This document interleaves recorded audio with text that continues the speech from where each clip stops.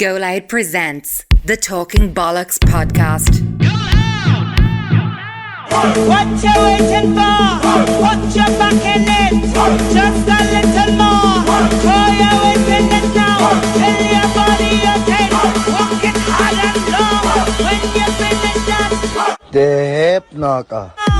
go down, go down, go down. Come up, come up, come up. Summer is coming, the sun is shining, shorts are off, and your balls are smooth.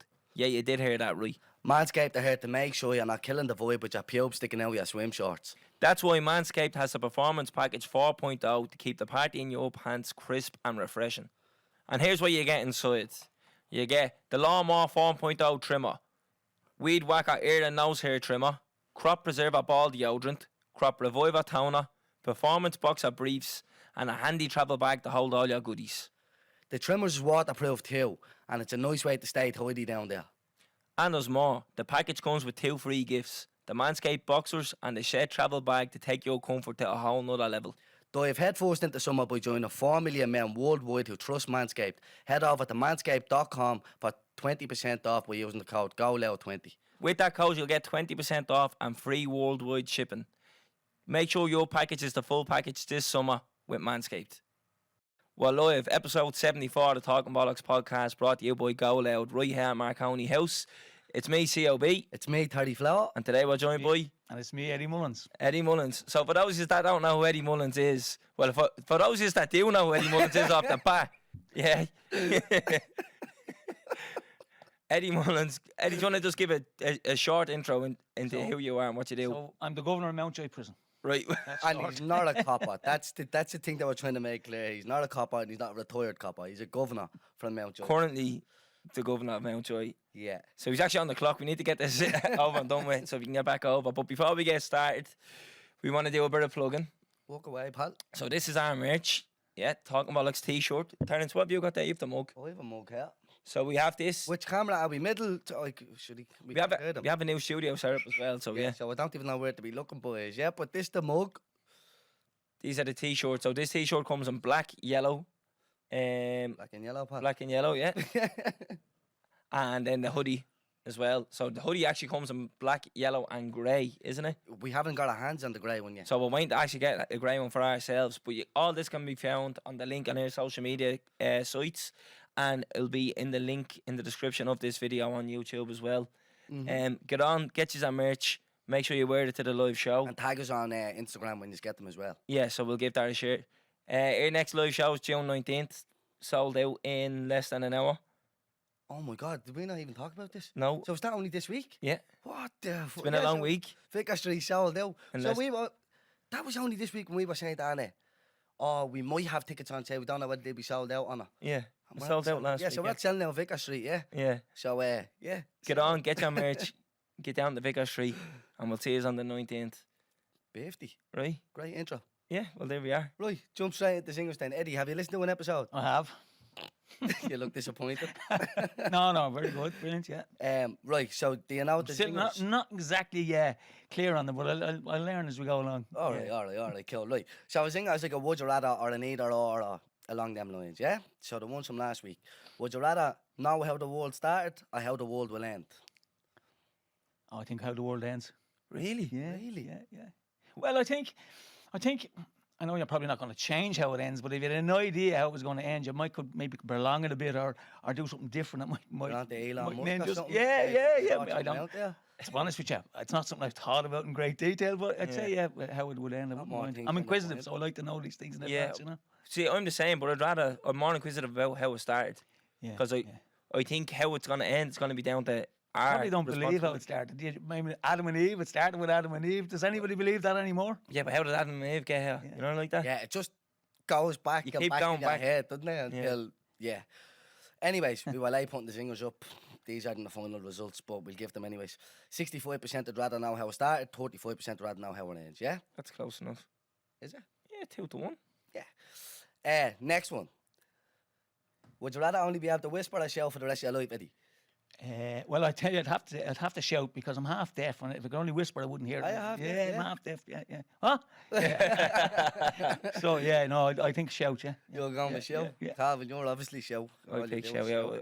Yeah, I can't whisper. 73% of that only whisper. Don't get that. Imagine being on a football match. Yeah. Come on, Liverpool. Yeah. You know what I mean? Well, I suppose there's benefits, isn't there? Come on, Liverpool. That's for my sons, by the way. Easy ref. Right, and the last one, Bollox, you haven't got one for this week.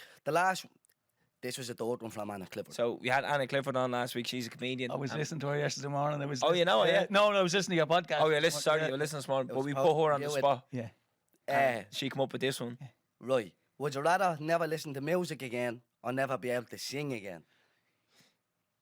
You must like singing, do you? I do, yeah. I would. No, will not. Yeah, I would have said sing. Yeah, yeah. Do you like a bit of karaoke now with a few gargles on you? Yeah, I do. Yeah. What's your karaoke? Well, I'm actually more into ballads. I'm a ballads. I love ballads, good yeah. about what And I'm not singing that sort of. Right, Forget about right. it. Not gonna happen. Someone get him a blade. Because I can see my daughter is at home saying, "Don't sing, don't sing, don't sing." You're doing well getting them in now. You want them to perform. Ah, so look, 8%. Oh yeah, that's right. Jesus Christ, me heart. 8% of 92% would rather never sing again. 8% would rather never listen to music again. So there's a lot of people that would. 8% of people are very confident that they can sing. Yeah, that's where I was trying to get at there.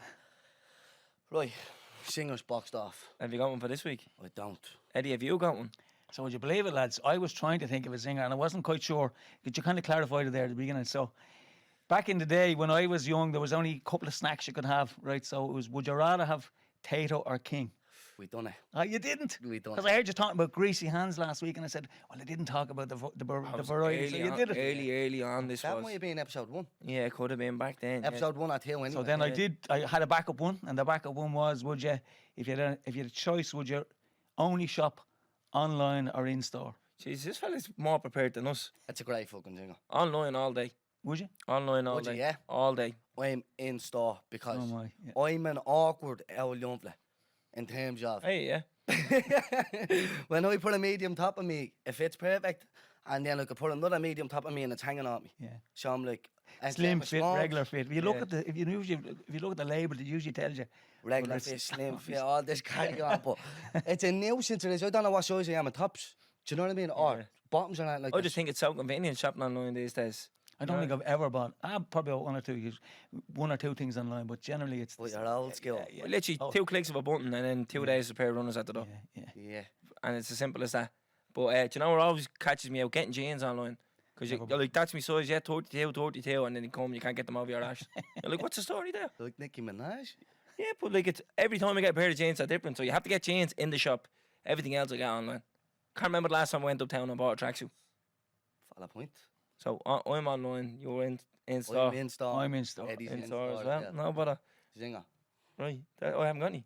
Oh, we've no singers. No, that's what I was Ah, relying on. lads, Eddie. let me down here. Eddie's after saving the show. Come here, should we have a singer somewhere? Have we something to talk about something there, will you? Yeah, well, what we done over the weekend, maybe. Oh yeah, do that, yeah. Pretty do much that. a big deal. So, Eddie, what we done over the weekend was we done a charity run for the Laura Lynn Foundation. So we raised, I think, just over €2,300 Yeah, just under in, 2.5 grand. in about 2 days, Wow. which is Just the two of unbelievable. you? And Terrence's brother, brother, Jer. So what it was run 4 miles every 4 hours for 48 hours.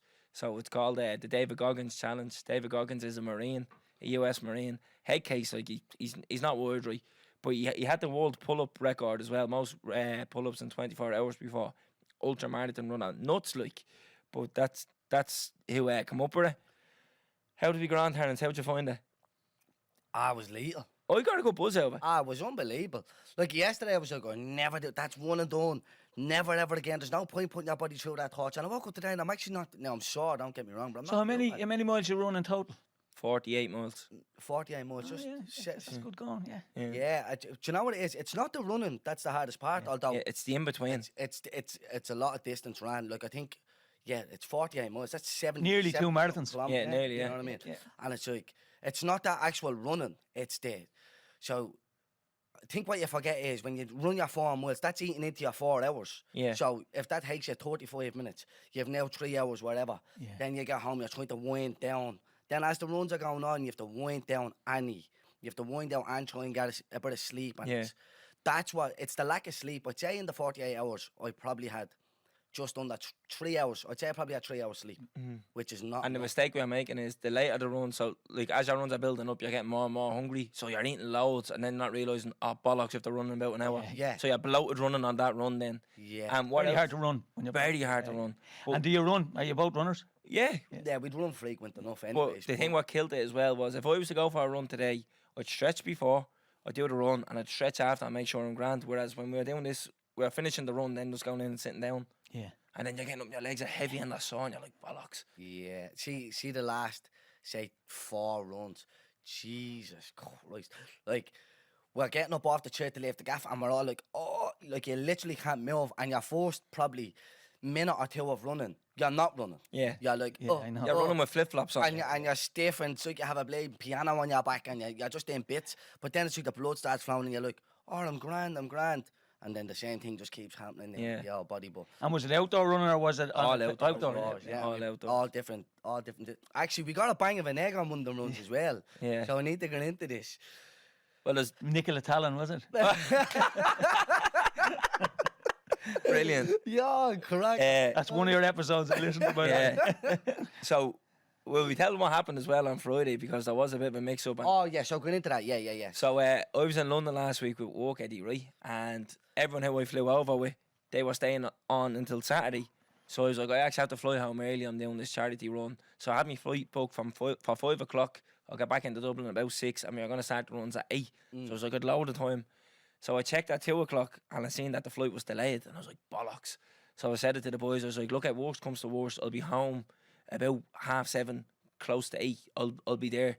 Then I got delayed by 2 hours. So then I was ringing them. I was like, you know what? If we start the first run at 9, we'll be all right. So then I get to the airport, right? And it comes up that the flight is at 8:30. And I was like, right, lads, look, I'll get in at 9:30. We start that run at 9:30. Gets to 8:30, right? I went to the Jacks, came back out. There's a fella there from, I don't know, should I name the airline? I think I will, yeah, fuck it. There's a fella there from British Airways anyways. And he goes, blah, blah, blah. I missed like the first half of the announcement, and then I'd come out, I was like, what's going on? He goes, so due to these foreseen circumstances, the flight is now cancelled, and we're going to reschedule it for a flight tomorrow. But we have a flight going out now, and there's 19 seats on it. And I was like, what's it happening? So I'm turning to people to see what's going on, but everyone's just hurling abuse at this fella. Everyone's like, this is a fucking disgrace, you should be ashamed of yourself and all. I was like, what is that happening? So I text the lads, and I was like, lads, you're not going to believe it, the flight's cancelled. And then I was like, there's actually murder here. So you thought I was messing. Because he wrote, there's murder here in the capital letters. And I was like, all right, drama queen. So I said, I'll ring him, you know. Oh my God. There was like a riot. It was like a fucking riot. So he rang me, and he was on a video call, so he's looking at me, and I'm looking at everyone. So he's just looking at my reaction, but he can hear everything that's going on. You know, and there's just loads of people screaming at once. Oh, jeez. Like the abuse. But because I walked out of the toilet, and the toilet's beside the gate, everyone surged forward. So I got like pushed up to the front beside the fella. So everyone's showing abuse, so I'm standing beside him. I was like, my heart is broke for this fella. Because, you know, because he's trying to be professional, so he can't react. So everyone's like, you're a fucking disgrace. And he's like, yes, okay, so thanks. Like, you know, like that. And you're like, he's not the one who cancelled the flight. Like, mate, don't be shouting at him. So then he goes, someone said, who's the other 19 people that's getting on the plane then? And he goes, my supervisor's on the way. Well, I tell you one thing, it wasn't her first rodeo. She knew what she was doing, yeah. She walked up, and the fella shouted at her, and she's like, so, please don't shout at me. I'm trying my best here. And I was like, oh, she knows. Yeah. She's had to come with the party. So she goes over then, and she goes, anyone with children gets priority. So I was going to ask you, how did they pick the first 19? So this is what I was wondering. I was like, what's the story with this? I thought it was going to be like Father Ted, you know what I mean? So no less than 200 words. Tell us why you deserve a seat. So a family with small children grew up, and she goes, any wheelchair users as well. So another elderly fella got up, and he got on. There was 12 seats left then, and she goes, right, gold card members now. And everyone's like, oh, fuck this, blah, blah, blah, because no one's really a gold card member. Some fella puts his hand up, he gets on the plane. And I was like, what am I going to do here? And I was trying to count people around me, and I was like, how many seats there, blah, blah. It's about 40 people, 50 people around me. I was like, there's not a chance we're getting on this plane. But I'm going to chance my arm anyways. So the next was podcast host, was it? Yeah, that's what he was saying. So he's on the phone. He's on the phone. Tell them you have a podcast and all. I was like, fucking shut up, will you? So he goes, any more gold card members now? Right, silver card members, right? a fella stands forward and he goes, "It's me, but that's me wife there. She's not a gold card member. We need silver card member. We need to get home to our kids." And another fella stepped forward. He goes, "I'm silver card member. I'm happy for this woman to take my seat." And the supervisor was like, "Is everyone happy for this to happen?" And everyone's like, "Yeah, go ahead." So they let that couple on the plane. So people are clicking now. Hang on, if you give them a sob story, you get on the plane. A woman goes, "My son has autism." She goes, "No problem, you get on the plane." And I was like, I'm not going to start digging down on me like, "Me nanny's dying, let me on the plane." People are coming forward like, "I'm missing a wedding, I'm missing this, I'm missing that." I was like, we're all missing something, like, you know what I mean? We all have just as much reason to be on the plane. So people clicked, say you have kids and you'll get on. Some woman goes, "Oh, you have kids and I need to go home to mind them." Yeah, one turns around and goes, "Yeah, who's minding your kids now then?" I was like, she doesn't give a bollocks about your kids. But there was a fella there and he was like, "Yeah, I have a family holiday and if I don't get home now, I have to reschedule that whole holiday." And another person's crying and all, "I'm at the flying from Australia, I need to get home." I was like, "Yeah, I'm going. I'm happy to take tomorrow's flight. Fuck Terence and his run." I went to get more up through all this blatant shit. So they bring us downstairs. He goes, "Okay, we have a flight out from Heathrow, which is 2 hours away, and we're going to put you up in a hotel and you get the first flight out." It took us an hour just to book the next flight, and then they fucked up the taxis as well. So we ended up sharing a taxi with two randomers across the whole city of London. Check into the hotel, yeah. It was 12:10. To get back up at 4:30 to get a coach to come home. And then I landed into Dublin at 8:30. I was at Terence's door at 10:09, ready to run. And people are still texting me, giving me abuse. People are like, Everyone's "You saying, bottled "Oh, it." you need to do them because you missed out on 3 runs, obviously. So it's supposed to be 8:12:4, 8:12:4 as it goes. And obviously you couldn't do the 8:12:4. People are like, "You can run in London." I literally couldn't leave the airport. I stood in the one spot for an hour to book a flight, But then 2 hours. And they have to record the run, did you? So you could have said you ran in London, nobody would have known. In fairness, I would have rather do the runs. I would have wanted Yeah, proof. I would have rather done the runs, Eddie, than go through what I went through. Yeah. And I I done more don't- steps on Friday than you did. Because I knew I was doing the Goggins Doesn't challenge, so I matter. didn't move off the chair all day. I was like, I have to run for 48 hours at 8 p.m. I am not moving my feet from this position. Obviously, I'm going to do more steps. I don't think there's a person in the country who didn't do more steps than me on Friday. But anyways, people are like, "You bottled it," and all. I was like, No, he didn't bottle it, but it's just funny because Calvin has a big ego. yeah. And Not big ego, but like, if I do something and someone says, "No, you didn't," I'm like, "All right, I'm making her up then," you know what I mean? Yeah. Like, And that body, would it? what? That body of Yeah. somebody. But John, what else bothered It me? eats him up. John, what else bothered me? So they were on the phone and I had my headphones in, so they could hear people, but people couldn't hear them. And I was like, just as well, because the stuff they were shouting. Tell them you have a podcast, tell them this, tell them that, and all. But like, it really did become an episode of Father Ted, because remember, a woman goes, "I'm here since Sunday, I've no washing." And I was like, "She's no knickers," I shouted at them. I go, "She's no knickers." But no one else was laughing at me. Like, I'm trying to make jokes, no one else is laughing. I was like, I "Oh, don't this." think it was the right No, time, but probably Joe- not. I was like, "Look at, there's 19 seats, there's 50 odd people. We're not getting on the plane." Nah, but I'll give you a credit where it's due. The second you landed back down in Dublin, he was at the door, getting stripped in the car and fucking. I got he had changed to in the be car. I was ready in to go. Jay's fluid going through Santry getting changed. But I don't believe that you would have preferred to do. No, do I that. promise you. Because you Obviously seen you wouldn't. how much sleep did I have? Sure, no, I got in. I'm I had not to get saying it fluid wasn't. now. I'm not saying Yeah. it wasn't tough. I promise you, I would have rather. I would have done rather the do runs. 18 kilometres running Extra. more Yeah. than go from a coach to a hotel. Coach a hotel, people shouting at you, dealing where I see you next Tuesday. And you'd trying to rather book a that flight. than 18. You wouldn't. I would. Don't I'm believe promising it. you. Hell, I'm that's- telling you the truth, Terence. I want to do that as a singer. What would you rather? Yeah, don't mind that. There's someone No, sitting no, at I home on a just sofa saying, "Calvin's a lazy cunt." All right, sorry about that. Not like that. He's not lazy. And could he not do the 18 now? No. Could- Well, that's tomorrow, like the that? big thing what everyone is saying. This Why the does- reason why I doesn't picked he this finish it? weekend is because it was one weekend had nothing going on, you know, like that, and I was flying home early from London, so I was like, I have extra time in the evening to do it. But like, I was in working all today, like, you know, I didn't have time to do it. Yeah, no, the time definitely was a bit of a killer. But to say you prefer I that promise you. over 18 kilometres What? on top of. And what was the hotel like that I stayed in? But you the stayed in headboard- a hotel. the headboard was like a 30 minute. Keys at 4 in the morning. Yeah, I slept on my shoulder because the bed was about a foot wide. I know. You wanna I see this know. thing? I seen the bed. That was a half a single bed. Yeah. What's that called? What's a half? It's a prison bed. What we get? I think the Joy would have been better. Staying in the Joy probably would have been better. The food definitely would have been better. Anyways, the state of the yoke they gave me. But just all this shit. And yeah, do you know what the funny thing was, Eddie? On last week's episode, Anna was saying Friday the 13th, and I was like, "Oh, that's not that bad. That bad." And I was like, "Yeah, grand. Friday the 13th. Everything that went wrong went wrong." Yeah. You know what I mean? So there's something in Friday the 13th. I don't Yeah. like it myself. No, I have to I was say. born on Friday Where- the 14th. What? No, it was a Saturday, but it was still the 13th. Capsule. Anyway, still So that's what happened. We raised 2,300 and something euro for Laura Lynn. and people are giving a fuck about you missing 3 runs. I know.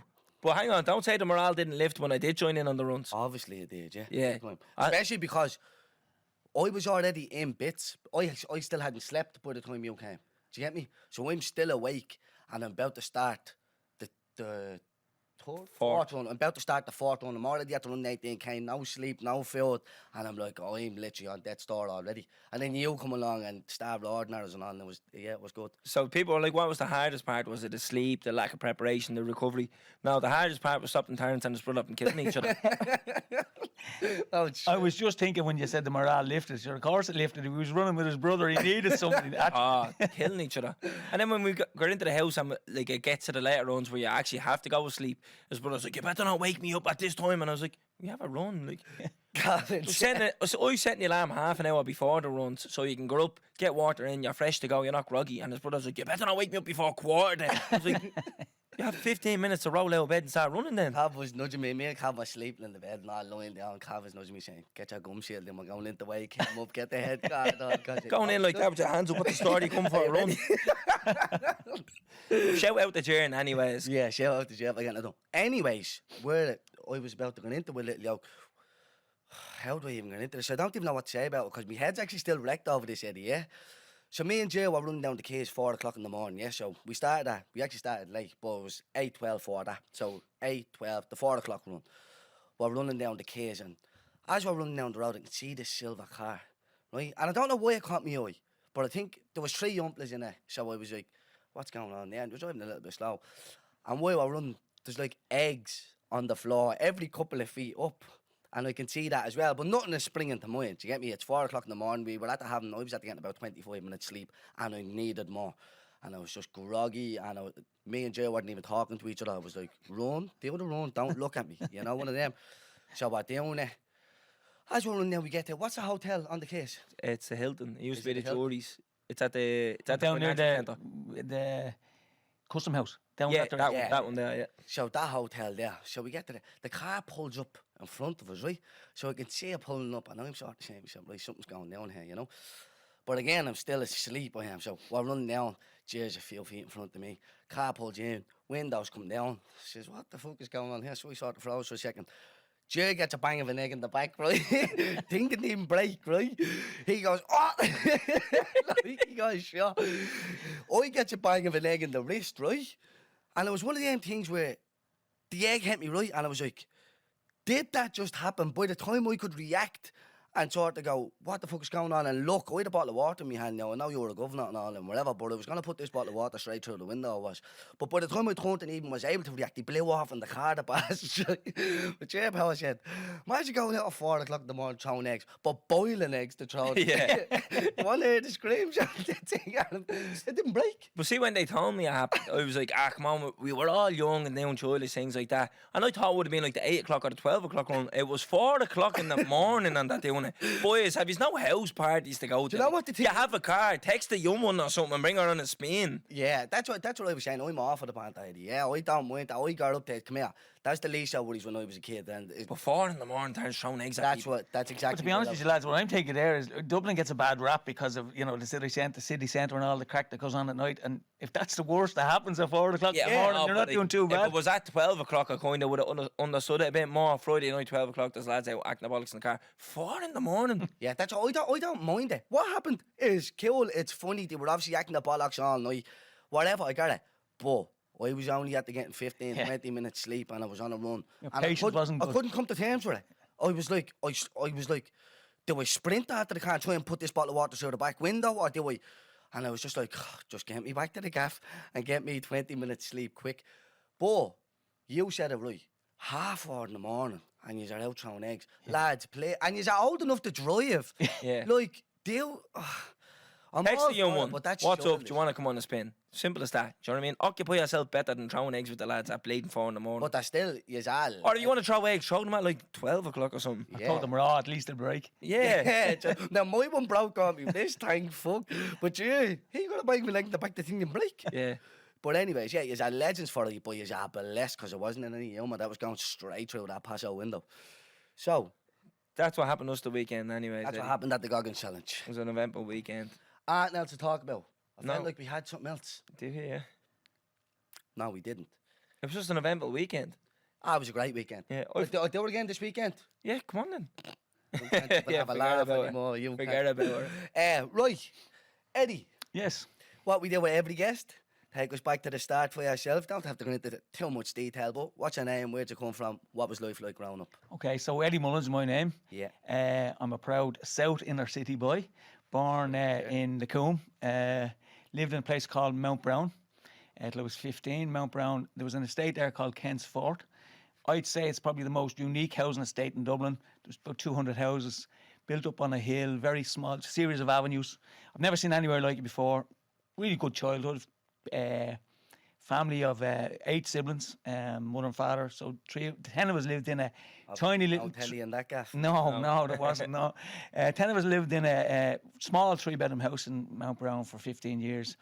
Went to James Street CBS, again, good old school, and we moved out to a place called Rathcoole, which is out in the country. It's still in County Dublin, but at the time it was really a country village. Moved out there, then I did my leaving cert and I failed it, and I said, what the hell am I going to do here?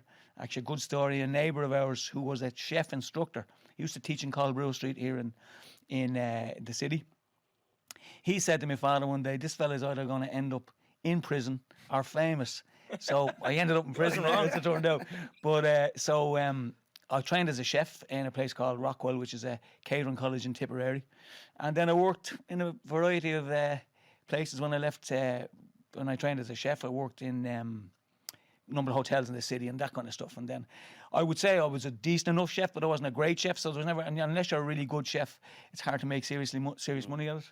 So I was going out with my current wife, or my wife, my only wife, and her father was in the prison service, and I applied for it. That was back in 1991. And that's as a chef. No, I applied as prison officer. Oh, yeah, right, yeah. right, Screw, yeah, right. prison officer, yeah. Where does And the name Screw come from? do you know, I should have researched that. We I looked don't her up. actually know. Well, Yeah, me, you and Lynn looked her up. It comes from a French term. It's a French verb. Yeah. It's a verb as well. It's not a name, it's a verb. So it's an action, isn't it? Yeah, I remember that. Yeah, that's well. We went for dinner with Lynn. Shout out to Lynn. Actually, brought us for dinner there the other week. she didn't bring me for dinner. Lynn, Brought me for dinner. yeah, brought us for dinner, and that's when we looked her up. Sorry, Very good, Eddie. very good. So yeah, I had a couple of little businesses. I always wanted a restaurant and a couple of food franchises, but never really made. I wasn't a good businessman. Never made any money out of it. So applied for the prison service. Never intended to take it, and got accepted. And then my missus kept saying, just give it a week. Go in and see what it's like. And so I went in July 1991, and I'm there ever since. So that's Would you have had a perception of prison and screws growing up in the? Do you know? No, I knew. Oh yeah, I knew people went absolutely, but I never really knew anything about the job of prison officer. No, I didn't. I didn't have any idea what to expect. I remember my first day going in and went to Mountjoy, so I had to report to Mountjoy, and the instructor, who was a real hard man, you know, he'd love to intimidate the recruits coming in, sent us all up to Fibser to get a haircut. I came back with a haircut, and he sent us up again for a second haircut because we didn't get it cut tight enough the first time. So it was kind of that kind of real, very regimental. Yeah, Oh yeah, hell, really hell week kind of absolutely hell week. Yeah, and then so then we were bussed off from Mountjoy to Portlaoise. That was where the training centre was, and did about 8 or 10 weeks in Portlaoise. And I'm going to tell you a story that I probably shouldn't tell you, but we were passing out. So when you've been assigned to your prison, there's normally go for a bit of a session, and we went to a hotel in Portlaoise called the Classism Hotel. It's a fairly famous hotel in Portlaoise, and that particular night the leaving cert results came out, and so let's just say there was a bit of a row outside the Classism Hotel, and the headline in the local paper was "Prison officers beaten up by leaving cert students." So that was our baptism to the prison service. So yeah, so worked in a variety of prisons. So there's 12 prisons in the country. I've worked in 7 of them, different roles. I went in as a prison officer, then I applied for a position in the kitchen, and I worked in the kitchen for a few years. Then I became what's known as an industrial manager, so responsible for training programs for prisoners. Then became an assistant governor and a governor, and then a senior governor. So that's basically it now What's the in a difference nutshell. between assistant governor, governor, and senior? Well, it's just different responsibility. So an assistant governor will report to a governor who will report to another governor. So it's like a command structure. Yeah. So Yeah. just it's just different, better pay, different pay scales. That's what it is really. There you go. But that's really it. No, that's the kind of the career to date. So yeah, currently the governor of Mountjoy. So I'm currently the governor of Mountjoy. Yeah. So I've been Mountjoy, back at Mountjoy there for the last month. I've been in and out of Mountjoy a couple. Well, that's probably the wrong phrase. I worked in Mountjoy for a couple of times, but yeah, Mountjoy is a very unique place. Yeah. So what other prisons have you worked in as a governor? Okay, so the first prison I was in was Lock House, which is an open prison. We've 2 open prisons in Ireland. We've one in Cavan and we've one in Wicklow called Shelton Abbey. I did about 2 years in Lock House as a governor. Then I was promoted to what's known as a governor 2 back in Mountjoy. Then went from Mountjoy to Portlaoise. From Portlaoise back to Mountjoy. From Mountjoy to Midlands. And then from Midlands Midlands back to Mountjoy and Wheatfield in between. So I've worked in 7 prisons. I've been governor in 5. That's funny because you're saying you've entered this prison for that long, this prison for that long. Me and Terence know a load of people from the other side who've done shifts in prisons like that as well. Well, they probably haven't done as long as me, and I've 31 years done now. So most of them, We know a few bogies. Well, come here. Have you got a favourite prison that you've been the governor in or worked? Oh, yeah, Mountjoy, definitely. Definitely? Yeah, definitely, Mountjoy. Yeah, Mountjoy is just jump to the that. craziest prison in many ways, but it is just, it's a unique place, you know. In the city, something about it, yeah. There's definitely something about it. Something strange about Mountjoy What was that I like. Portlaoise like? Portlaoise, to be honest with you, it was boring, in my view. I felt I Is have that that. because it's so tight? Well, you'd like to think it was tight, wouldn't you? But it's a smaller prison. You know, it has a bit of fame about it because Portlaoise, because of the subversive, infamous, exactly. Yeah. But you know, to be honest with you, lads, prison really is prison. I mean, the surroundings are different, but it's very similar no matter where you go. You know, prison, except for the open centres, obviously a different regime, but you know they're quite similar in ways. But yeah, my favourite would be Mountjoy. Yeah, that's what a lot of people will probably be thinking. I said this to you earlier on. So after this, we'll put up the guest picture, and a lot of people be like, "Oh, they got a big copper on, and they got someone involved in the prison system on roasting session," and that's not the case. But what we did do was bring notes, and whenever I bring notes, I'm in trouble. It's a big one, When Terence brings notes, you should have brought a gun. You ever heard it? You know, you've often heard when a lad is taken in for a question and it's no comment. Yeah. No comment. So be ready for that. now. We're actually touching on it before we start recording, Eddie. The difference between yours and the Garda. Yeah. So the prison service and the Garda. People think that they're all one and the same. It's just a different checkbox in the process. But it's not the case. Oh no, they're very different. Like obviously the guards have far more members than the prison service. About maybe 2,500 prison officers, but 2 different roles. Like the guards there to detect crime, to prosecute, to bring it to the courts for a decision then to be made on whoever's being accused of whatever crime. So their role is completely different. Our role, I would always say our role is kind of 2-pronged role. Well, number 1 is obviously security. So some serious criminals end up in prison. It's important that they're detained securely, you know, for the safety of communities and that. But I think the most important role is to try and support people when they go into prison to see can they. And I know it's a sensitive word, rehabilitation, because rehabilitation often means fix, and it's not about fixing people, but it's kind of maybe giving people the opportunity to come back out of prison and maybe take a different path, you know, get involved in a more productive lifestyle. And that's really, I know it sounds very PC and all that, but that's really what we're there for, you know. Yeah. Do you want a cup of water, Eddie? I have one here, right? Yeah, Yeah. thank you. So where I was getting at with that whole thing of whatever is the main reason why we wanted someone like you in here would be to give us what everyday life is like for you as a governor and everyday life for a prisoner in prison. So if you want to tell us what you do every day, like what your job is in there, and then what a prisoner, like what day-to-day life is like for a prisoner. Okay, I'm just looking at because when I start telling you what a prisoner is, I'm going to say he's definitely talking bollocks now. But anyway, I'll give you what I think they think, right?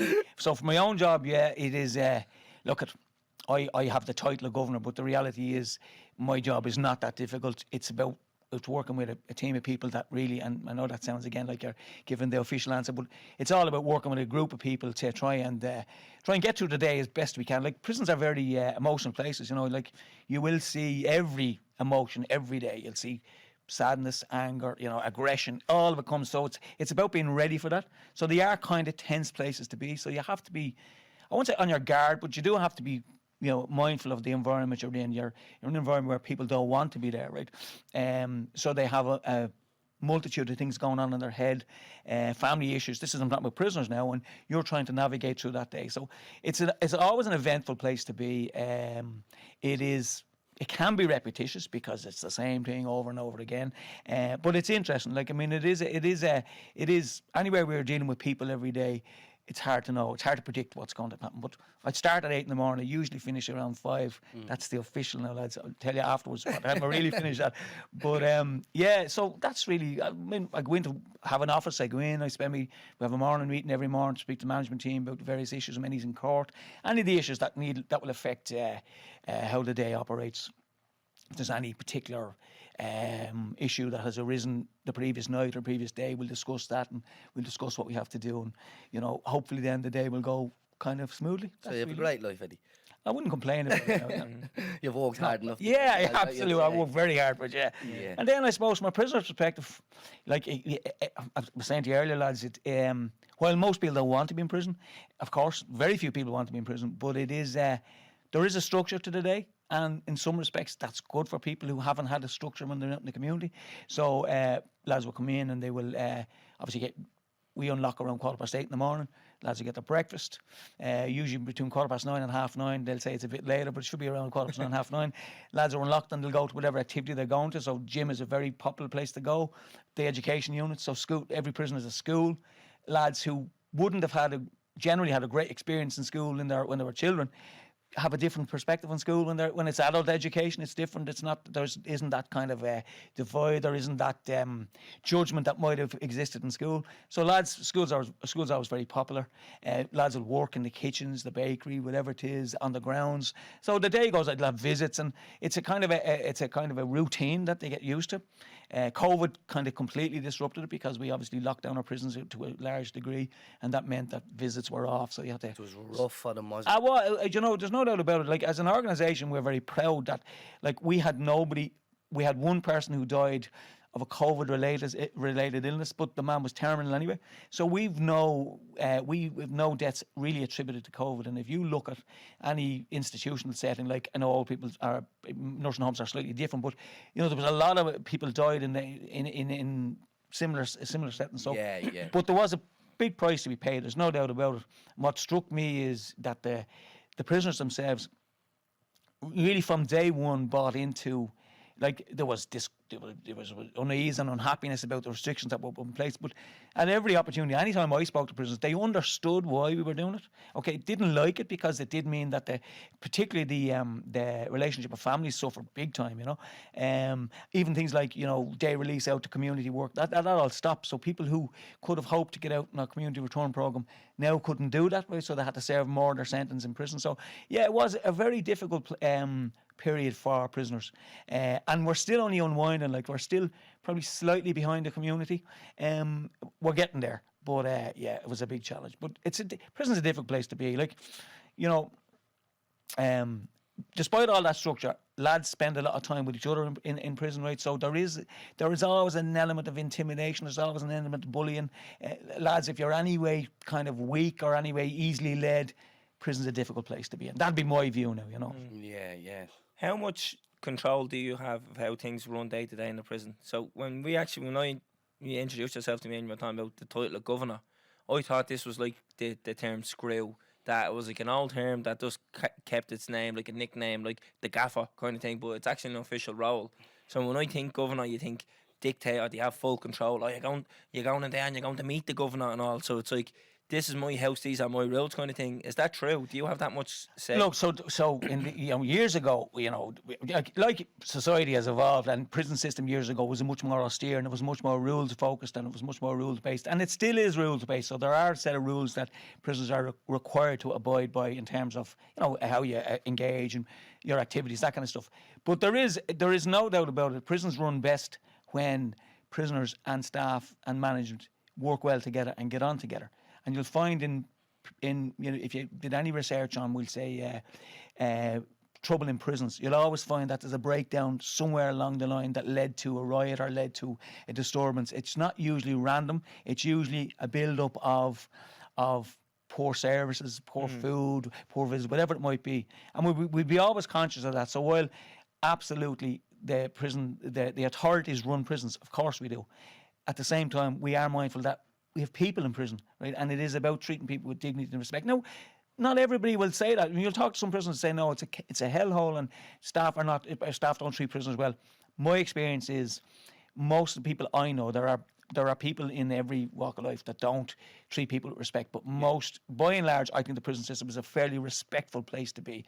It's not a place people want to be, and you'll find that if you've got a group of prisoners here, they would say it's a kip and it's this and it's that and the other. But if you spoke to them individually, a lot of them would say, well, actually, I did meet decent people in prison who tried to help me. So, that'd be my view. How would you deal with a prison guard who was sort of toxic, like? Yeah, well, like You have to deal with. Oh yeah. Like we have. So there's a prisoners' complaint system. There is the CCTV footage in prison. There is a supervisory role. So you have each officer would have an assistant chief officer to supervise him. An assistant chief officer has a chief to supervise him. Chief has a governor to supervise them. So there is a layer of supervision. But I think probably the best leveler is prison staff themselves. Right? So prison officers will call out bad behaviour by other prison officers. They won't stand by and see somebody tarnish the reputation of the job, tarnish their reputation, tarnish the reputation of the prison. Now, we're not perfect, by the way. There's always room for improvement, but I think there is a standard of behaviour among most prison officers that would not tolerate poor behaviour. That's not the same. You on the differentiate outside. where the guard are. That's the difference there. Yeah. Because if that, like, not last week, the week before, I spoke about only about a month or two ago, walking up the road and the guard car pulling in, they were harassing me, smiling and waving and being arseholes, and I'm walking up and I'm like, oh, whatever. And they did it again, pulled up again, and I'm like, anybody in their right mind, if that cop driving the car was like, come on, we harass him, the other cop would go, just leave the young fella walking up the fucking road, like, you know what I mean? And that's the difference there. In the prison officers are there being like, hold on a minute, give the fella a blame break or whatever. If the guard were like that, we'd have a lot less Well, we've hassle. seen it when it has been called out. When look at Maurice McCabe, when he did lift the lid on all this, look how his life turned out. He went through hell. Now, I would say I know a lot of community guards, right? Which I think I wouldn't be very familiar with the units and the guards, but I'd be familiar with dealing with community guards, and there's some really good community guards who there's no denying it, who would go in and talk to, particularly, and I always kind of focus on young lads, because young lads are generally the most impressionable, right? And I think if you can keep somebody out of prison, right, by diverting them to whatever project it might be, and there's lots of guard diversion projects, and there's lots of community projects, but if you keep a person out of prison, they've the best chance of not ever going to prison, if that makes sense to you. So if you go into prison, the likelihood is for most guys, they'll do a second sentence and a third sentence. Particularly, I'll use the word, particularly people from marginalised communities. So you might find somebody in an affluent community who gets a sentence for a particular crime, right? They'll probably never be back, right? But if you get somebody from a tough community where Disadvantaged. disadvantaged community, and like I hate using that, because the reality is I came from a marginalised community, right? And the bond in the community was phenomenal, and the support, you will never get it in any other. I think communities where things are, where money is tight, where resources are tight, you'll find that people help out each other. Maybe it's just a Dublin thing. Happens that it's particularly prevalent in Dublin. But I do think that young lads, 17, 18, 19, ending up in prison, and the statistics will bear this out. A lot of them will do probably 7, 8, 9 sentences over the 10-year period, and might eventually. And one of the biggest causes of people turning away from crime is maturity. So if somebody gets older, gets sick of the whole thing of prison, like it is a mundane, it is like your freedom is restricted. There's no doubt about it. You are answerable to somebody every day of the week. Somebody is watching you every day of the week. So that takes its toll after time. And I think the statistics will bear this out, that there's a thing called desistance from crime, which the penny drops eventually and say, I can't do this anymore. And one of the biggest factors of that is age, or children, or a relationship, or something that says family. Yeah. So you look at a lad in his 20s, young, free and single, right, gets into the criminal activity. And we'll say the organisers of crime know who to target. They know very well I'll keep this guy. He's good for me for 10 years or whatever. and they're the crowd. I think they're the cohort of people that we need to tackle. And I do think there's really good elements of the Guards where they work with them. Every organisation has bad behaviour. There's no doubt about it. But it also has a lot of good behaviour. That'd be my view. I think what we say a lot is we've had an awful lot more bad interactions with the Garda than good. Yeah. And when I say an awful lot more, I mean 99% of my interactions with the Garda are bad and 1% is good. I said this before. I actually had this conversation with a friend of mine. He grew up in a completely different area to me. And I told him, I said, how am I 28 and I've never had a positive interaction with the Garda? And he actually mentioned community Garda. Where he from, he had a community Garda. He knew from when he was about 10, 11, 12, like that. He'd say hello to the boys and he'd sometimes join in the game of football and all that. Like silly things like that. But then when them boys become 17, 18, 19 and they're smoking joints, this, that and the other, he pulled them aside and be like, look, I'm not going to do anything here, but cop on, like, do you know what I mean? Don't be silly, blah, blah, blah. And he says that has a good impression because you have a decent relationship with the Garda then. When you see the Garda, you're not on edge. Stuff like this. And he said it definitely helps steer them all in a certain way. Like that. They might think twice before they do something. Yeah. Because he knows you. Like, Terence, what are you doing? Oh, John, sorry, blah, blah, blah. Whereas it's like, hey, young fella, and you're like, oh, what guard? Like that. In fairness, there was one of them at Dorset Street as well, though. There was a community guard that was in Dorset Street flats years ago as well. And he was a sound fella. But he'd never acted like a copper. You know what I mean? He'd come into all the boys, and like you said there, like even, so we would have been younger at the time, but the lads who'd be drinking and doing whatever, smoking the joints or whatever, he'd say to them, listen lads, just don't act the bollocks.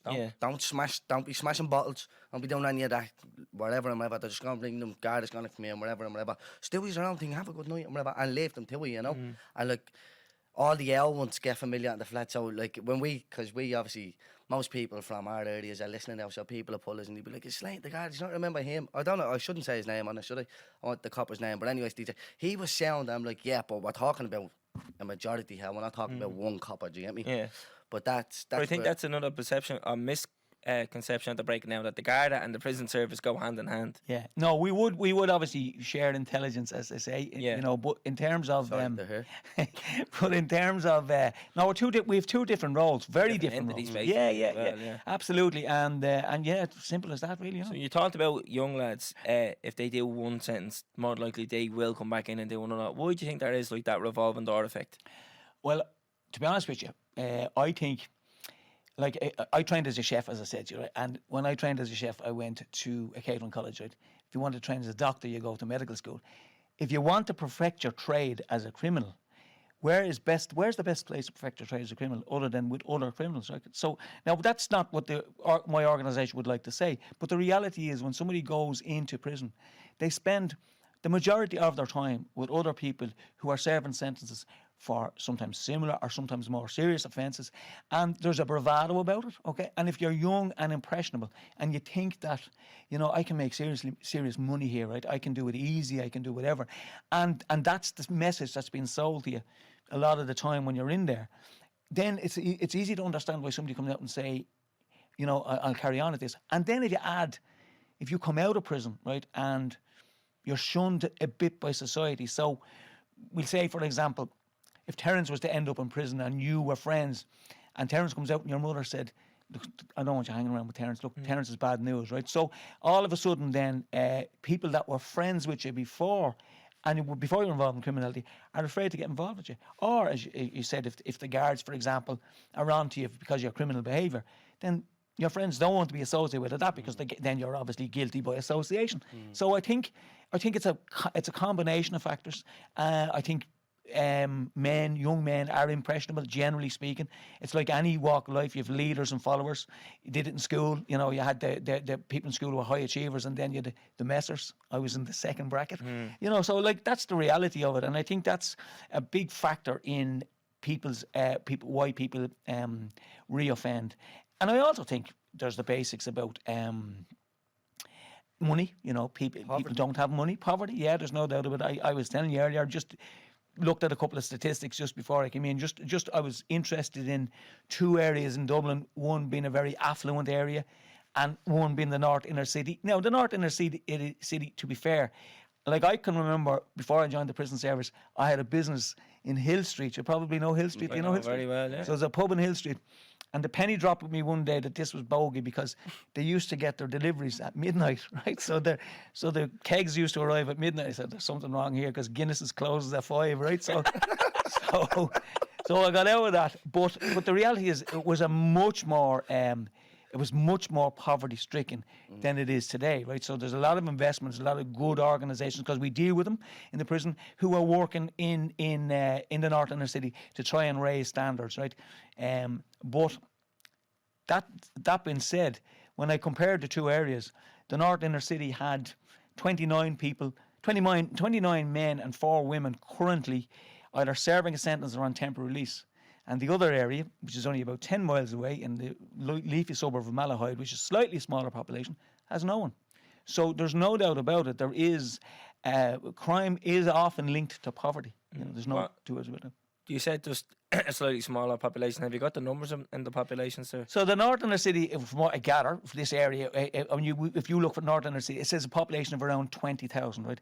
And Malahide is a population of just under 18,000. So there's not much difference there. 10% in the difference there, and 100% in the difference in criminals. Yeah. And I mean, look, there was a governor in Mountjoy for years, John Lonergan. You've probably heard of John Lonergan. John Lonergan was governor for 20 years, and he always said the majority of the prisoner population came from areas of Dublin with an uneven number, right? So Dublin 1, Dublin 7, so it was, and he just simplified it by saying that the areas that were most deprived in terms of services, in terms of money, in terms of employment, there was a direct link between that and people involved in criminal behaviour. Now, that doesn't mean, by the way, that working class people are criminals, right? I mean, the reality, it doesn't. It's just that I think in some cases, not in all cases, in some cases, criminal activity is born out of poverty, you know, that kind of way. Opportunity. Yeah. And I wouldn't say in all cases. I mean, that's the thing, again, when people talk about imprisonment, they generally try and cohort everybody into one label fits everybody in prison, and it doesn't, you know, because like there are people in prison who have no interest in rehabilitation. They're making serious money in criminal activity, and they just simply come in, do their time, and go back out and resume their criminal activity. Yeah. And they're not the people I have any interest in, right? But there are people then, as I said, we've talked about them, the young lads who come into prison and probably are impressionable, vulnerable, might have an addiction issue. Again, a huge factor in criminal behaviour is people who have addiction issues. Addiction and mental health. Yeah, mental health. Mental health is a very new phenomenon in prison, because years ago there were mental health hospitals, right? So the city had 4 or 5, maybe 6 or 7 of them. So people with mental health issues didn't end up in prison. But now more and more people, because there's no facilities in the community for in-house treatment, a lot of them end up in prison. So yeah, that's a new issue for us to deal with, is because we're not trained mental health professionals. We are trained as prison officers to manage that cohort of people. And can we get to a stage where we train prison officers to deal with people suffering with trauma and mental health? We can. And what we've done in the last, we'd say 4 or 5 years, for example, we've a significant number of psychologists, right? So when I joined the prison service, I think there might have been 1 psychologist in the service. Now most prisons have 3, 4 and 5 psychologists, and they are working away through trauma with people. And you know, most people in prison have had some sort of a traumatic experience in their lives, be it in school, be it in childhood, be it wherever it might be. They could have been abused as a child, whatever it might be.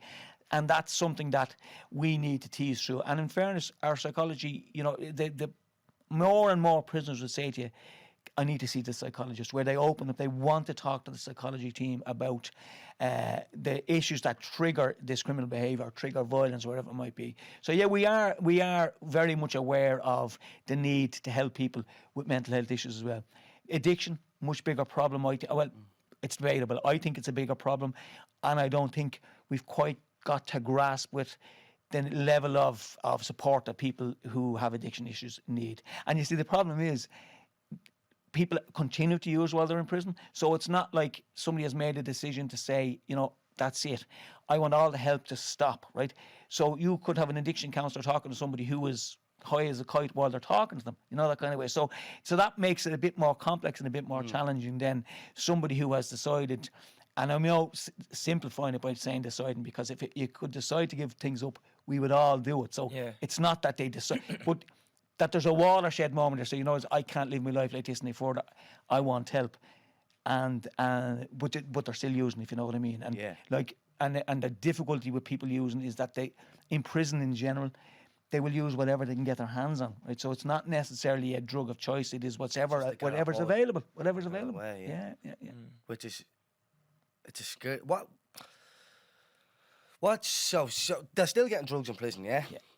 What's your take on like legalising drugs and having a place for prisoners and people to use who need it? Well, do you know, the funny thing about it, if you look, we talked about methadone, right? If you look at methadone, so back in the 80s and the 90s, heroin was a massive problem in Dublin. And the methadone maintenance program, and there's lots of people criticise methadone, right? But the difference between that and, we'll say, heroin use is that when people were on heroin, it was like the city was destroyed. People were destroyed. The city was fine. The city lived, but the people on heroin were destroyed. They looked, and you knew you were looking at somebody who was chronically addicted to a substance. Right now, people can go onto a methadone maintenance program for maybe all of their life. Right. And okay, there are effects, no doubt about it. Methadone affects people, but they can live a reasonably normal life. You know what I mean? They can live a stable life. What is normal? I suppose normal is the wrong word, but they can live a stable life. And that's a form of a legal drug. You know, methadone is a prescribed drug, but still more or less does the same thing as an illegal drug does. So there is an argument for legalising drugs. I'm not so sure about legalising drugs, but certainly legalising, stop criminalising people who use drugs. That's what I would say. This is a big. This is the thing that we always talk about. This isn't a criminal problem; it's a health problem. Mm-hmm. So if someone who's addicted to heroin shouldn't end up on your doorstep. Your line of work, I should say. Sorry. Probably why they do, Calvin, is because they've engaged in a criminal activity to support the habit, right? And that's why I think, like, I'm jumping onto something here, but like, I absolutely agree that somebody who is chronically addicted, the last place they should be, or even not chronically addicted, the last place it should be is criminalised and in prison because of that addiction, right? But at the same time, I've seen, like, I can think of an example of a prisoner, and I'm really jumping to another, but it just came into my head, so I said I'd say it. A prisoner in Mountjoy who was assaulted in the exercise yard. This is a year or more ago. And he required medical attention. And his mother phoned me, and she was really annoyed about the fact that he was after getting medical attention, and nobody in the prison had contacted her to tell her, right? So I was explaining to her, I said, look, and the man was 40, right? So I said, look, this is a grown man. I said, he is, there are security issues around when people have need medical attention. But at the same time, I said, if it was a life and death situation where you needed to know that your son was, terminally ill or whatever it might be, of course we contact you. But for your average run-of-the-mill assault, we don't do that. We have protocols around it. And she accepted that. And I said, well, I'm going to use the opportunity now to ask her, why did she think he was assaulted, And she said he was assaulted because he owed $6,000 for drugs, right? But the real sinister thing about this was the $6,000, he was in prison, so he was pretty safe, other than he'd received an assault. But she was out in the community. And I'm assuming if he was 40, she was certainly 60, right? And she was bringing his kids, because I think the mother of the children, I don't know where she was, I didn't really get the story of the mother of the children, but his two children were living with her. And she was bringing the two kids to school. And just as she got to the school, a girl approached her, and a girl told her that her son was after being assaulted in Mountjoy, and he'd be killed the next time if she didn't pay the bill, right? So I said, so what did you do? And she said she spoke to the girls. I'm assuming she said the girls was her daughters, right? And they went to a money lender, and they got the $6,000, and they paid the $6,000 to the drug dealer. So now they had the debt to pay the money lender. And I was asked, how do you pay the money lender? She said, every week, the girls and herself give something out of their book, which I'm presuming is their social welfare book, and they pay off the money lender. And but the real bad part about it was, so you had the grandmother, you had the son, you had the daughters, and the two children. She said she'd stopped bringing the children to school because she was afraid that either they'd be attacked or she'd be attacked outside the school, right? So you had 3 generations of the one family for a reasonably small debt, $6,000. What's $6,000? And they were all living in fear. And she told me that. I said to her just before she got off the phone, I said, so how do you cope with this?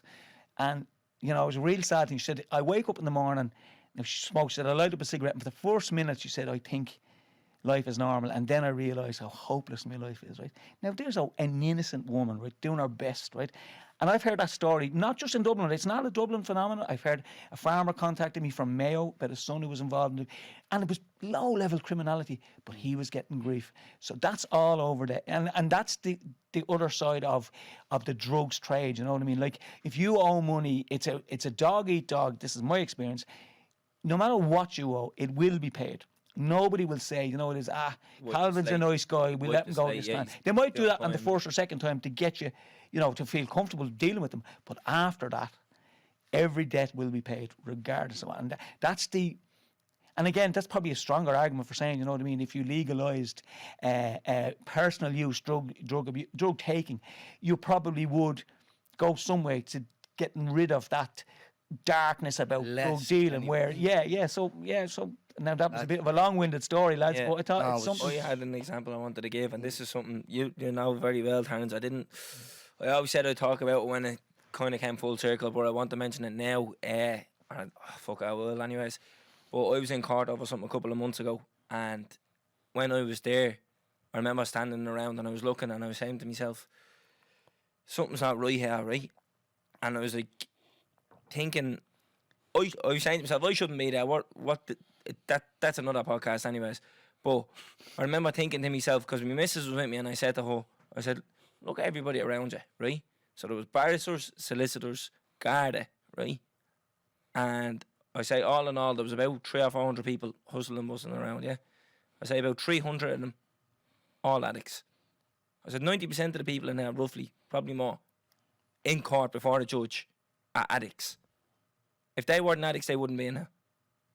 And I said, that's a problem. Like, regardless of what I'm there for, yeah, this is a fucking issue. If drugs were legalised, then we can strip it back to say, why is this person using drugs? They have this traumatic event in their life, or they had something that they couldn't deal with, and drugs drowned that out. You know, they're trying to cope with something. So why are we imprisoning these people for trying to cope with something? You see, Calvin, I think I read a statistic recently about cocaine use, and they're saying that there's more, the value of the cocaine trade in Ireland is greater than the value of Guinness trade in Ireland, right? So like, when we think of people on the margins who are drug users, the reason they come to our attention is because they might engage in criminal activity, they might shoplift or whatever to support that.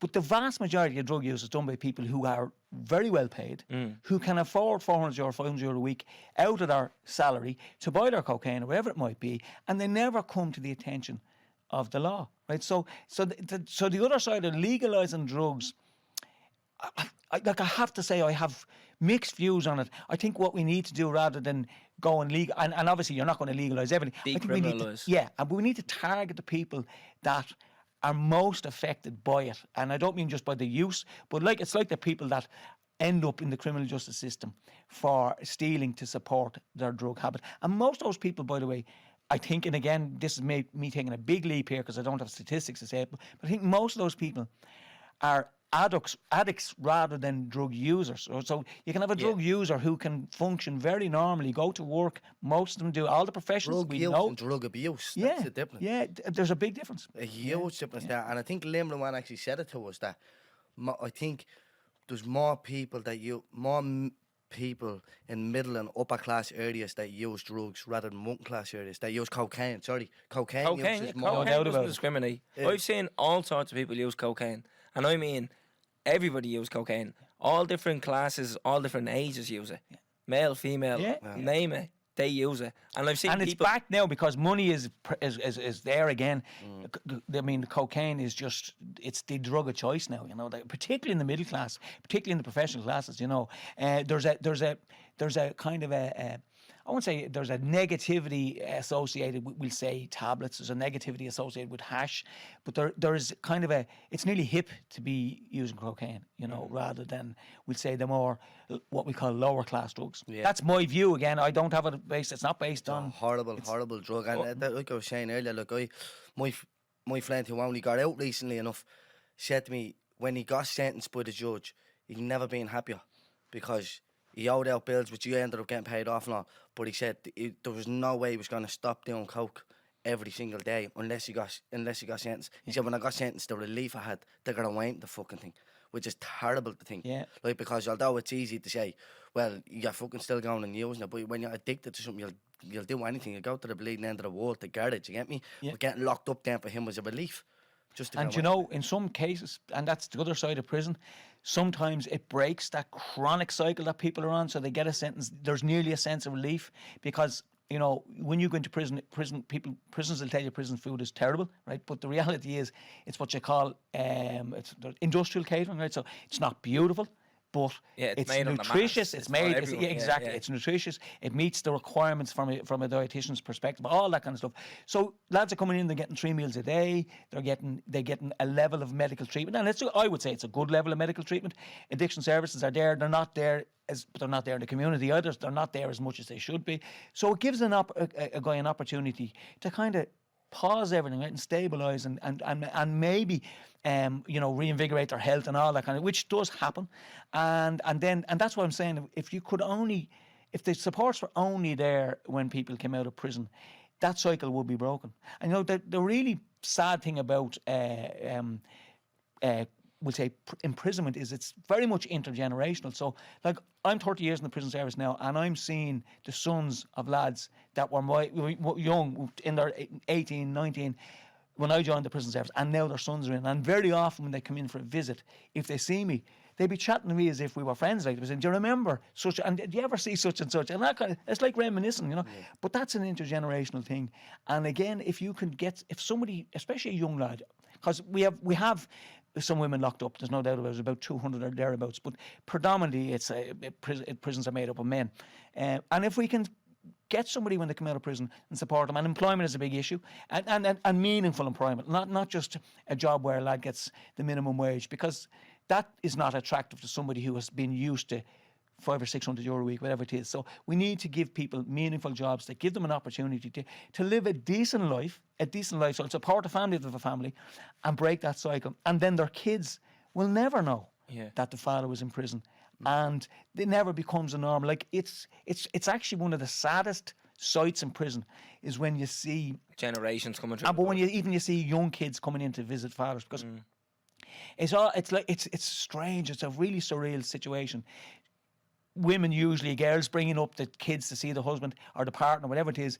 So the kids are dressed up in their best, right? They're brought up looking well, and it's an awkward situation, small little room, it's an awkward situation. There's other visits going on, and the father is trying to have a bit of a relationship or trying to get to know the kids, because if they're in for a few years, they don't know the kids, and the kids, it's awkward. The mother's trying to keep the child quiet because it's like going to if you went to mass years ago, you couldn't talk at mass. There's always these things. So, you know, if you can get somebody out of prison and break that cycle, you actually break it for a whole generation, the next generation coming, you know, because it's more likely that you'll end up in prison if you've had a family member in prison. Family in there. And you were saying about employment there a few minutes ago, and you were saying what the prisoners do. You're giving us an insight to what they do day to day. And you were saying they go to gym, some go to school. Can we not get apprenticeships into prisons? We can, and in fairness, like there's a lot. So it's not straightforward, right? So there are Sulis, for example, who would have been FOSS years ago. Sulis now, the state agency responsible for apprenticeships, work very closely with the prison service, trying to devise, we'd say, modern apprenticeships, like apprenticeships that are relevant for today's labour market, right? And there is a lot of work going on there, and it'll pay dividend in a couple of years' time, where you'll see the benefits of people who've gotten a particular type of training, and they'll give them an opportunity to earn a good living. But the thing about, we'd say, somebody coming out of school and somebody coming out of prison, the challenges that are faced are dramatically different. And that's the problem.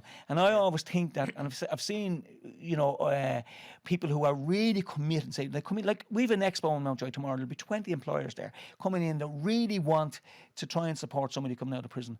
And, and a lot of them will take on prisoners, and it won't work out because the prisoner, it's not like, you go get a job and you're expected to do this, the other.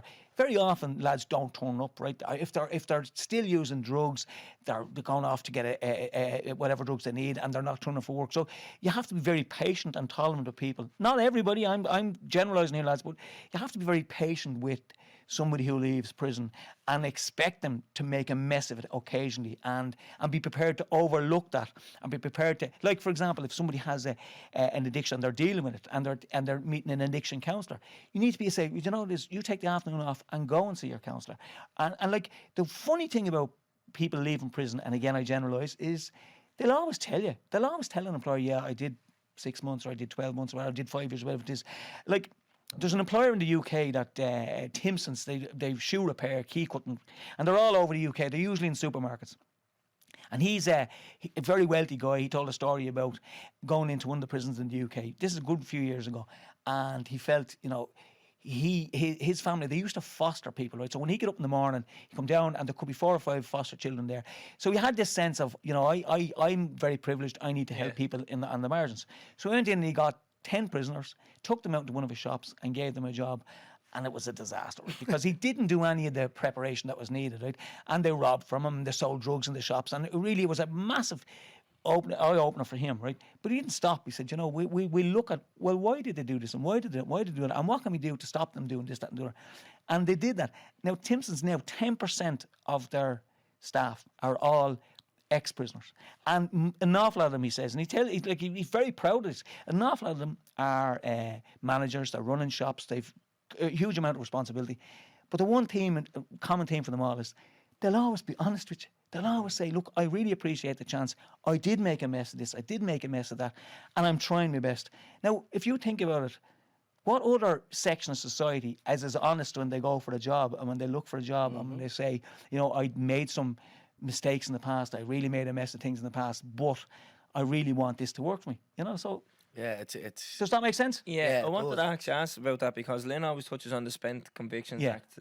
What's your take on that? The fact that someone makes a mistake when they're young, let's say they're 19, they do 3 years in prison, they come out when they're 22. 3 years of their life are gone, where like 19 to 22, you could be applying yourself, you could be doing a trade, you could be in education, you could be really bettering yourself. So you come out, them 3 years are gone, and you're expected to rehabilitate into society. Then you go to get a job, but you can't because you have a conviction. So how are you expected to integrate back into society and contribute to society when that block is put in place at 22? No, you're right, but I suppose the point I'd make is absolutely the spent convictions legislation that Lynn has been promoting for, and she's been promoting it for years. Like, I met Lynn maybe 5 years ago, and she was working on that then. So it's a really slow process, right?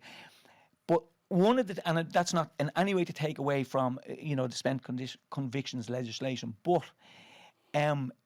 having a conviction doesn't bar you from every form of employment. There are certain jobs, for example, you know, that we will say, I won't go into them all, but teaching, we'll say, all of those, yes, where you need Garda clearance. But if you don't need Garda clearance to be a plumber, right, or to be a manager of a shop, so an awful lot of employment, employers probably hide behind the convictions thing because that's why I mentioned apprenticeship. because you don't actually have to have an unblemished record to be a plumber, right, or to be an electrician, or to be whatever it is. It's sensitive areas around childcare. It's sensitive areas around I suppose healthcare. A lot of those things, right?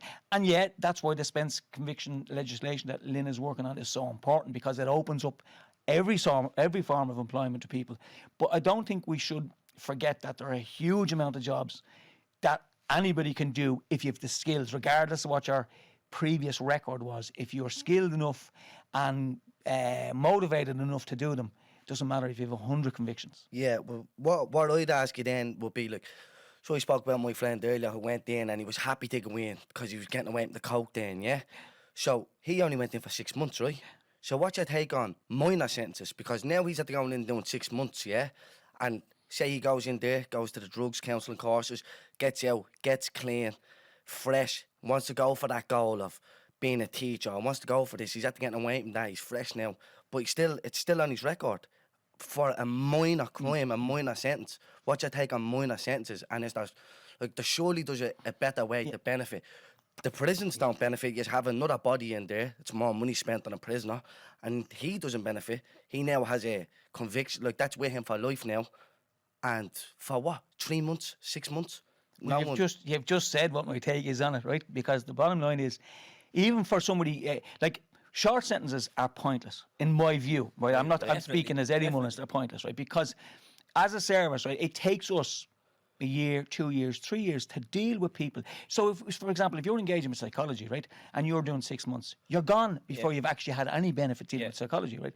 So, I would say it's absolutely pointless sending anybody, and this is a kind of a perverse way of putting it, into prison for less than a year. Yeah. So, because you need to be looking then at alternatives to prison, and there are loads of them out there. I mean, when I was younger, people used to say like the city was falling down, and my mother's generation say, I can't understand why prisoners are not out working in the community, doing both manual work and community work. It sounds like a simple solution, and I think it is a simple solution. And but I personally do think that short sentences are pointless. Now, I would say there's a what we call a community return scheme, right? So people go into prison, and after 50% of their sentence can go out into the community and do community work. So there is lots of progressive alternatives to prison initiatives out there, but there's not enough of them, because people are still going to prison people still go to prison for a month, right? So they come in. Have that No TV license. Yeah. We have an on. I had a zinger on TV license, but I can't remember what it was now. Is it true that you turn people away at the door if they have I've never seen anybody now coming with a TV license, because it's one of those stories in folklore, right? There's no such thing as anybody going to but prison. there's no such thing as a TV license inspector. It's online now. The whole thing No, is it's all folklore. That's is all it? I admit that is. Yeah, he's like the boogeyman. He's not real. And you're there from the governor himself. He's never seen someone coming through the gates of the prison for. So I'm not saying don't pay your TV license. Hang on for a minute. That's exactly You what have he said. tellies in Mountjoy. Do you have a TV license for the Joy? We have, we have. You're a I'm gonna liar. say we have. Well, come here. I think we have what's called a multi-user license, so we're very compliant. Use it like the pubs. Yeah, exactly. You have the little point in the corner. I'm not sure if I have one at home though. That's a problem. Love it. No, to go back now on the more serious thing. So you were talking about rehabilitation. You don't like the term because that means fixing people. Well, traditionally, I did a bit of studying a few years ago on and one of them was on reintegration into society. That was the theme of the subject, and a lot of the research said rehabilitation. So, for example, if you broke your leg, right, you'd go to rehabilitation, right. So it does suggest that somebody is broken, right, and I suppose it's the term that we always used. The rehabilitation of prisoners is something that people. But it's not technically correct, right? Because you're fixing somebody. Doesn't mean they're broken. They may need supports, be it through addiction or whatever it is. But that's a different thing than fixing a person, if you know what I mean. So that's why I'm always a little bit pernickety on that one. Because I don't know, maybe since the start of this podcast, or maybe it's just life in general, but I've been thinking about this a lot, say, over the last year. So that just the concept of prison, right? Someone commits a crime, probably because I have a child as well. When someone does something wrong, you punish them so they don't do it again, right? So the concept of prison is you take them away from society, you make them serve his time there, and then you put them back out into society. So we're investing in them to house them there. What's a 90-odd grand a year for a prisoner? So we should make them the best version of themselves as possible in the time that they're there. So when they come back out, they're contributing more to society than they took away, if that is possible. So how do we do that? Yeah, but see, Calvin, I'm actually surprised what you said, make them, right? So one of the biggest problems is trying to make anybody do something that they don't really want to do, or they're not really in that space to do, right? So what the prison service should do, and what society should do, is give everybody the opportunity to do it themselves. But it's like you said, punishment, right? Punishment, like, it's a negative term, right? So if you punish somebody, you're doing something against their will. They don't want to be punished, right? So you're not going to get a positive result out of that. You might get compliance. You might say, yeah, okay, while I'm here, I'm not going to do that because I can't do it. But that doesn't mean that they're saying, you know, that by being sent to prison and by being punished by being sent to prison, I now know that, well, they might say they never want to go to prison because they didn't like it, but it's not because they went to prison. If you know the point I'm making somebody do something against their will is often has, in my view again, often has a more negative outcome than actually sitting down with somebody and saying, you know, it is, look, there is a different way. And I don't mean in a flowery way, but if you say, you know, the reality is, look, if you had the supports, or I provide support, and you want to deal with your whatever issue it is, and I will provide them and I'll help you as much as I can. That's a two-way process. That is somebody saying, I want to do it, rather than me saying to you, like in the prison service, we often had, for example, particularly people doing life sentences, for example, where there would be an obligation on a person doing life sentence to engage in particular activities. Anger management, you must do the anger management course, you must do this, that and the other.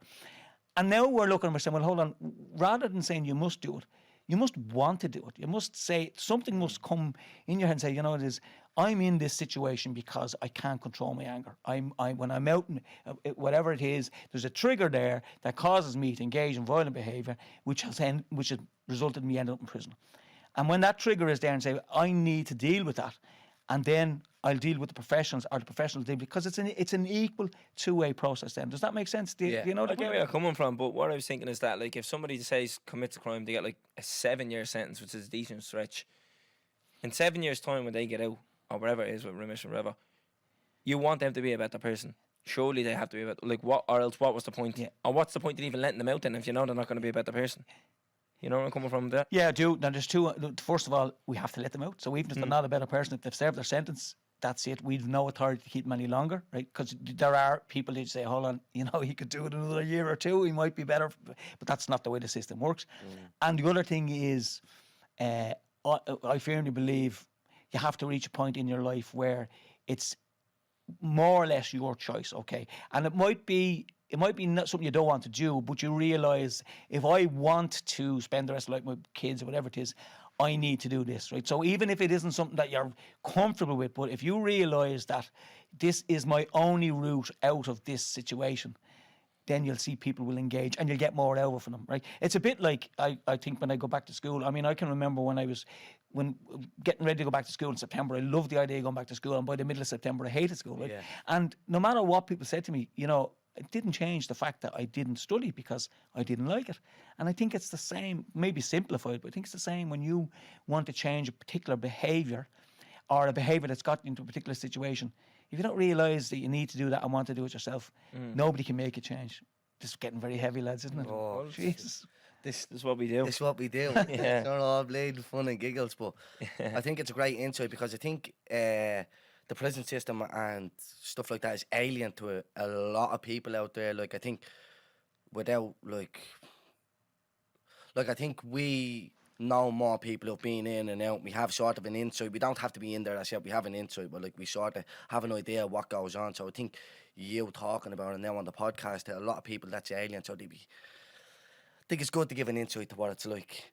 But I'm baffled by I'm just baffled by the whole thing of how different prison guards are to the Garda. That's it. That's even at the taking me back. So I didn't expect you to come in and say stuff like that. Like not stuff like that, but I just mean how different it is. So you learn something new every day in the Talking Bollox podcast. Every day is a skill day, yeah. Yeah. One of the things, lads, I think that it's important to mention, and if you know what I'm saying, is obviously we're talking about people in prison, and people are in prison because they committed a crime and there are victims of crime, and it's always like there's a balance between, even the conversation, there's a balance between talking about people just in prison and the reason they're in prison, right? And because I get lots of calls from people who are traumatized, and it particularly serious crime, so they're traumatized for the rest of their lives, and they find it very hard to get over. And they often ring and be very annoyed with the prison system because they've heard somebody is out, and they say, well, like, you know, really, in my view, that person should have never got out. The crime was so heinous and all that. And we understand all that.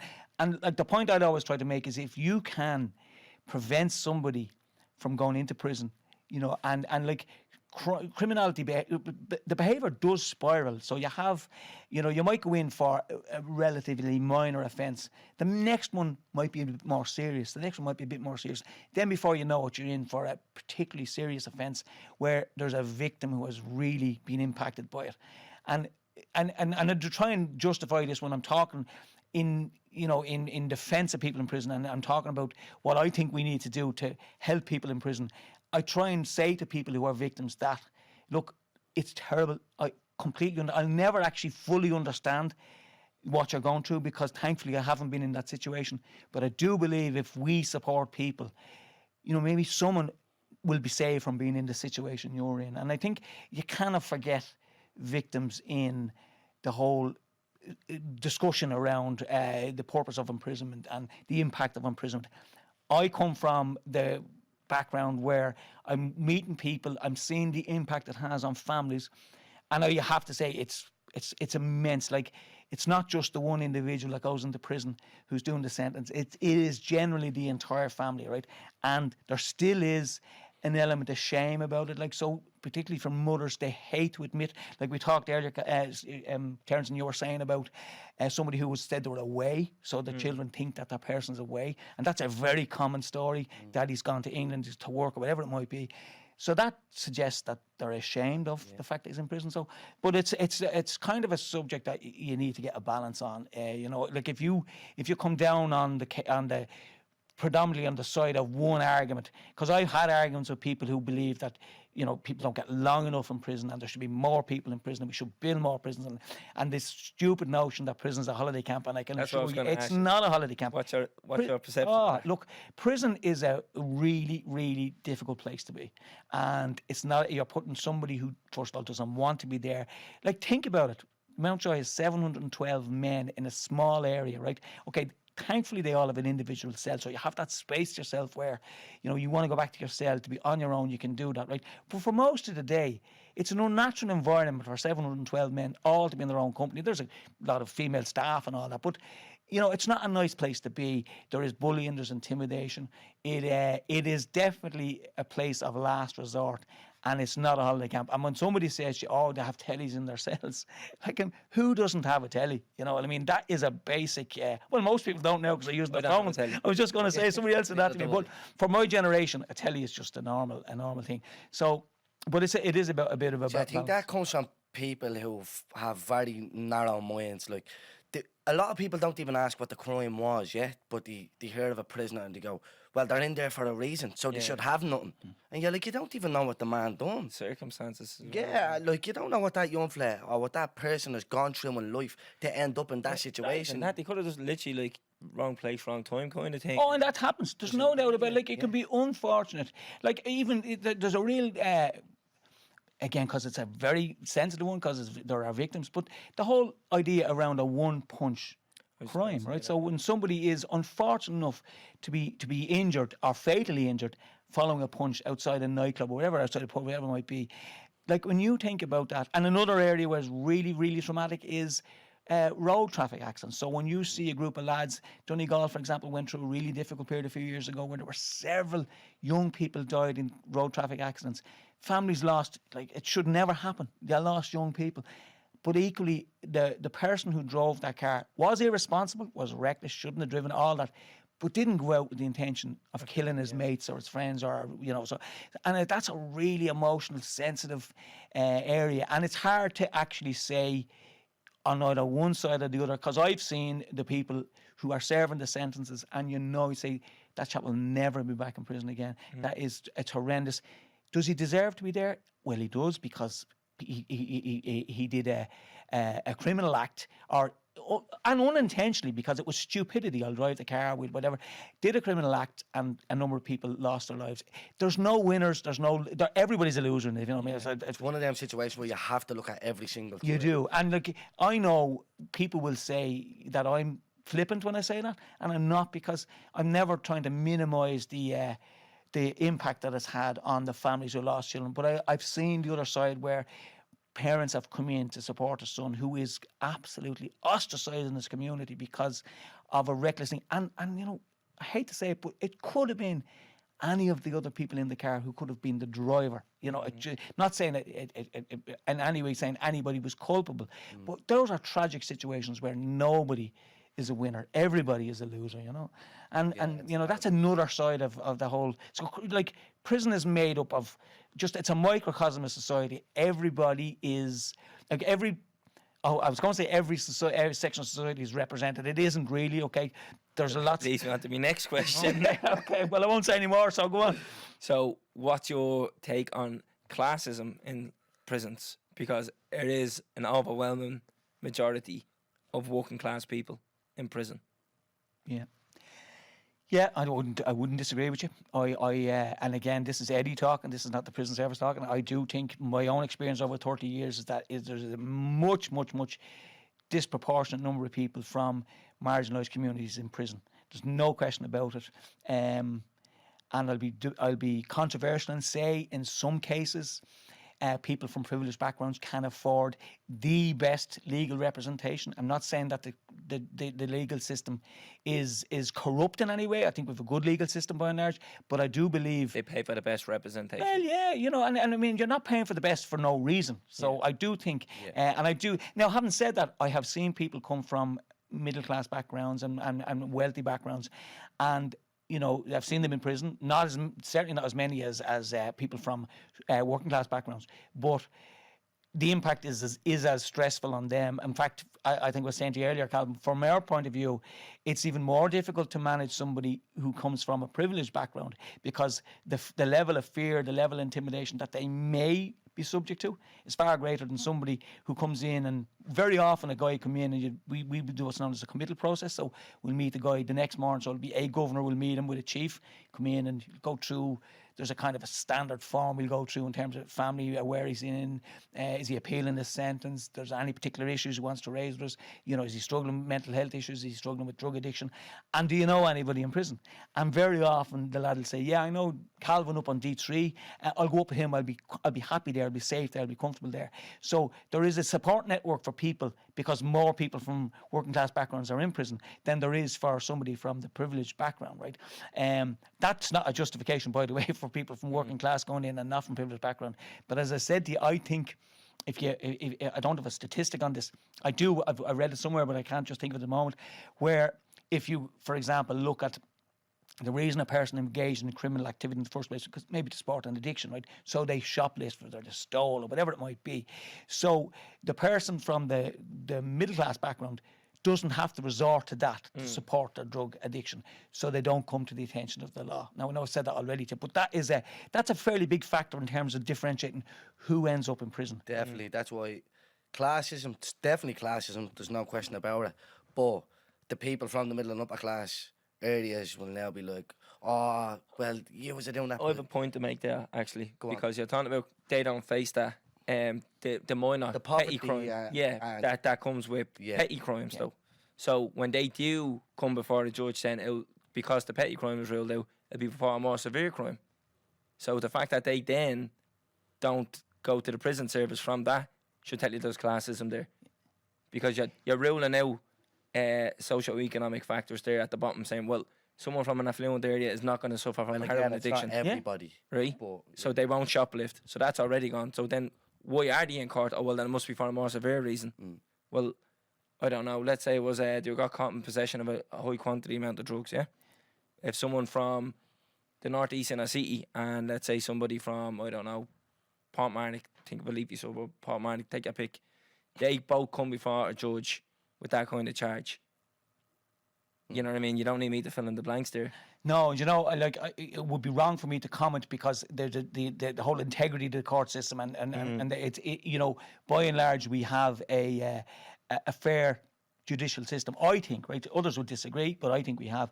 But there's no doubt about it. What you're saying is there is, and there's another factor is the frequency a person comes in. So sometimes you could have been up in front of a judge once for a serious offence, but because you haven't been up before, the judge will take that into account. So, you know, the barrister will say, well, you know, my client has had an impeccable record. He's never been in front of you before. And then that forms the narrative for the sentence. And this is my view again. I'm not speaking on behalf of judges, but that forms the narrative for giving the sentence. Where somebody with 100 convictions say, well, hold on, this fella hasn't learned his lesson, and he ends up in prison, you know. Well, of course it does. That's why the barrister gets up and says it. So that's another observation I made in court was the barrister got up and spoke on behalf of every single person there. This woman has turned her life around, she's doing this fella's done that. And I said to me missus as well, I was like, and that mad, isn't it? Every single person before the judge here today is a good person. Yeah. So what's the problem then? Yeah, but you know, if you think about it, I'm going to be real PC and say there's probably is good in everybody, Of right? course there's. And the thing about it is, but you'll find that particularly if you come across somebody who has been in and out of the system a lot. So the judge mightn't know the person, but is familiar with them, looking at the previous charge sheets, whatever it might be, and then the barrister is looking at, look, I have to find something here. Yeah. Something mitigates against this fella going down for a long sentence, and they will talk about, you know, engaging with coal mine or whoever the service provider is, and they're doing this, that, and the other. And that's why you'll find that it's repeated over and over again in the court. What I was saying is, like, of course, it's good in everybody. Everyone has the right to a fair trial, and I'm a strong believer on that. I'm just saying, if it was so repetitive, you know what I mean? Jesus, every single person up here today is a good person, and they're doing this. And shit, if no? they were all doing it, there'd be no one there because Yeah. they wouldn't be involved in half the Yeah. activities. Yeah.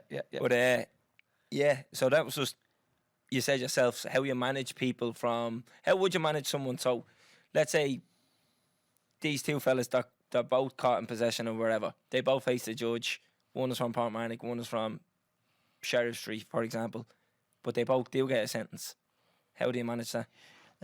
Well, I suppose I can think of one particular case where a guy came in, two guys actually, both of them, one guy from Tala, one guy from a leafy suburb, and they both on the same crime, both on the same offence, both got similar sentences. But the guy from Tala, who had been in prison before, was, we'll call him an old hand at it, right? So he wasn't in any way concerned about his own safety. He wasn't concerned about going up onto the landings with the other lads. He knew a few up there. So we knew that, I mean, that's not to say that he wouldn't be vulnerable, but he knew he wouldn't be as vulnerable as the other his guy. way around, like. And the other guy we had to keep in what we call our C base, which is one of the bases in the prison. He was a cleaner in that area. It was a protected environment, and he spent about 6 or 8 months there in a really closed, really confined space until he was approved to go to an open centre. And then he went to an open centre. And like the prison service got a lot fairer in recent years in terms of the criteria for going for an open centre. I do think in the earlier years, if somebody from a middle class background, get him off to Shelton Abbey. He's going to be a problem here. We have to look after him, and he got the benefits of an open centre ahead of somebody who wasn't as uncomfortable in prison, which was an unfair reason to go to an open centre. But that has certainly changed in terms of the decision making around. And that's not to say that people do get to open centres ahead of others, and that as well is based on a risk. So if you look at somebody who is chronic in many ways, and you say, well, if I send this fella to an open centre, it's because it's an open centre, he can walk out the gate. He's going to walk out the gate. Then there are obviously there's a negative PR spin around such and such, Yeah. the legs are from the prison, or escapes, even though it's not escaping Obviously because they're you're in the first walking out, place, yeah. right? Whereas, so there is a risk assessment. There's a process to sending people to open centres, but there's also a perception that people who come from more affluent backgrounds get open centres quicker than people. I don't personally think they do. They did. I don't think they do anymore. Yeah, well, that's probably where the people management of being a governor comes in. Yeah. You have to say, well, look at what's best for the prison and the staff as an overall would be to Absolutely. ship this person out ASAP. Yeah. Which is it's a bit mad one, a bit of a conundrum that it's because, right, both these people are here, both from different classes in society, but because a majority of the people in here sound like you, we're going to shift the other fella out quicker. Yeah. And you'll never ever shift the... What would you say? The majority will always be the majority working class because they'll never get a chance for it to even out, if that Yeah. makes sense. It does It's make sense, constantly and I am shifting not going to deny that that there is a even from a practical point of view, it is easier to deal with people who are not vulnerable, who can stick the course, who can do their sentence by and large, get on with it, right? Whereas somebody who is going to be chronic in terms of how they manage this, or might be in some way intimidated, it is easier for us to move them on. But I don't think I think it happens few and far between. I really do, But the other thing, and we have to say it, is that a person comes back to prison because they committed a crime back in the community, right?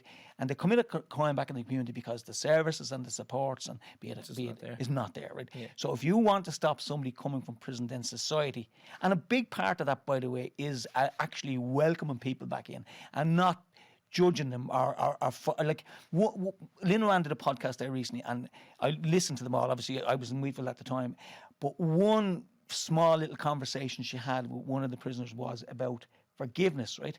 And I thought he was talking about forgiveness from the people he had done the criminal behaviour, but he was actually talking about forgiving himself, right? And he was saying he struggles every day to forgive himself for the torture he put his mother through, right?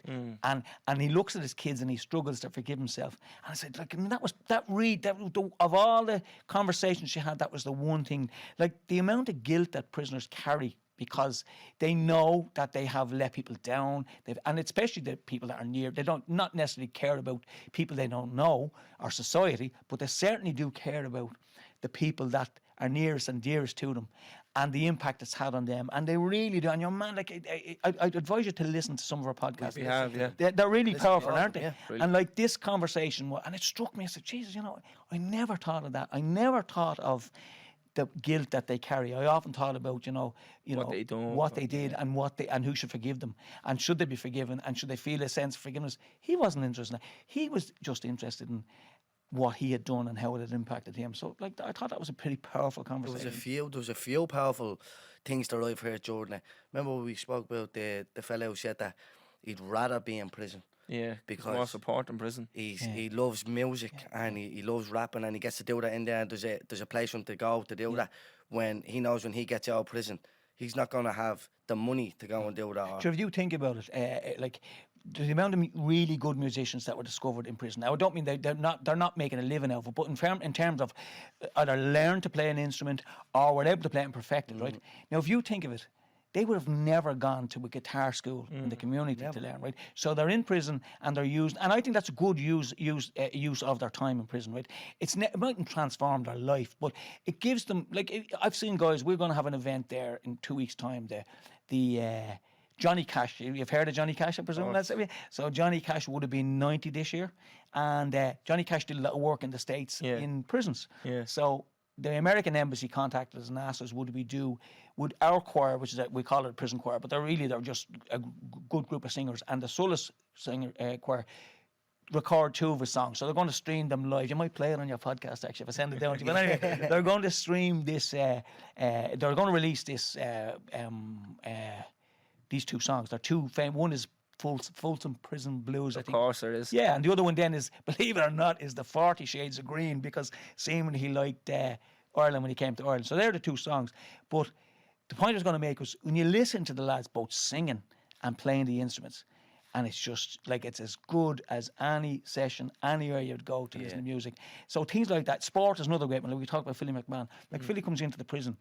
Philly says to you he does meditation. He doesn't do meditation, but he does a bit of work. He does a good bit of work with the lads. But again, sport's a great leveler, you know. Like, I don't know whether you were familiar. We have a thing called the Park Run. So you're talking about your run. So every Saturday morning, all over the world, there's a thing called the Park Run. It's a 5-kilometre run, and it's run at 9:30. No matter where you are, if you're a park runner, you have this little tag, right? You log your time on this website, and you keep track of it. And we introduced the Park Run to Mountjoy about 2 years ago, a little over 2 years ago. It runs every Saturday morning. So prisoners and staff and people from the community. So we'd invite people in. So there's another one for you lads. You can come in and do the Park Run, right? So they do this run every weekend, and we had our 100th Park Run about 2 weeks ago. And I'm not a runner, but I said I'd win and do it. I was a runner, but I said I'd win and do it. So we did the run, and we had Lynn come in, our partner came in. He ran. Lynn couldn't. She was feigning an injury, but but anyway, Ray Darcy, the broadcaster, came in. He did. So there were a lot of people from the community, and then people from running clubs came in, and we all went upstairs to what we called the church for a cup of tea and whatever. There was a few cakes and that kind of crack. And you'd never know, because everybody had a Park Run t-shirt on. Nobody knew who was a prisoner, right? Yeah. Well, so it was obviously a security nightmare watching to see who was going out and who wasn't going out. But you wouldn't know who the prisoner was, right? And it was all about the type of runners they were wearing. Did you find them good, or the time they're running? And there was no judgment, right? And there's certain things. Music is one.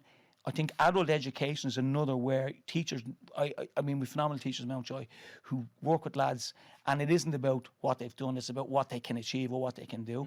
And sport is the same. Like, if you have a football team in, like, even we talked about the guards area, very often the guards will come in and play a group of prisoners in a game, and it's robust, right? It's robust, but it's good, and there's a bit of atmosphere, and it shows people in a different light, So there are certain areas where class, there's no boundaries over class. I think sport is, and Philly, because of where he came from, because of his experience, he's able to talk and connect with, and it's about connection. Like, if you talk with a sincerity, and if you talk with I dare I say it, even an accent, right, that isn't condescending, isn't talking down to people, you'll get a much better reaction. Like Lynn is another one. Like Lynn says it as it is. She doesn't dress it up, exactly, and she has a huge connection with prisoners. And that's where, so and again, bringing people into the community into Mountjoy, because it isn't a secret society. So the more people we can bring in, like when you're going to do your live show that we talked about earlier, the more people you can bring in,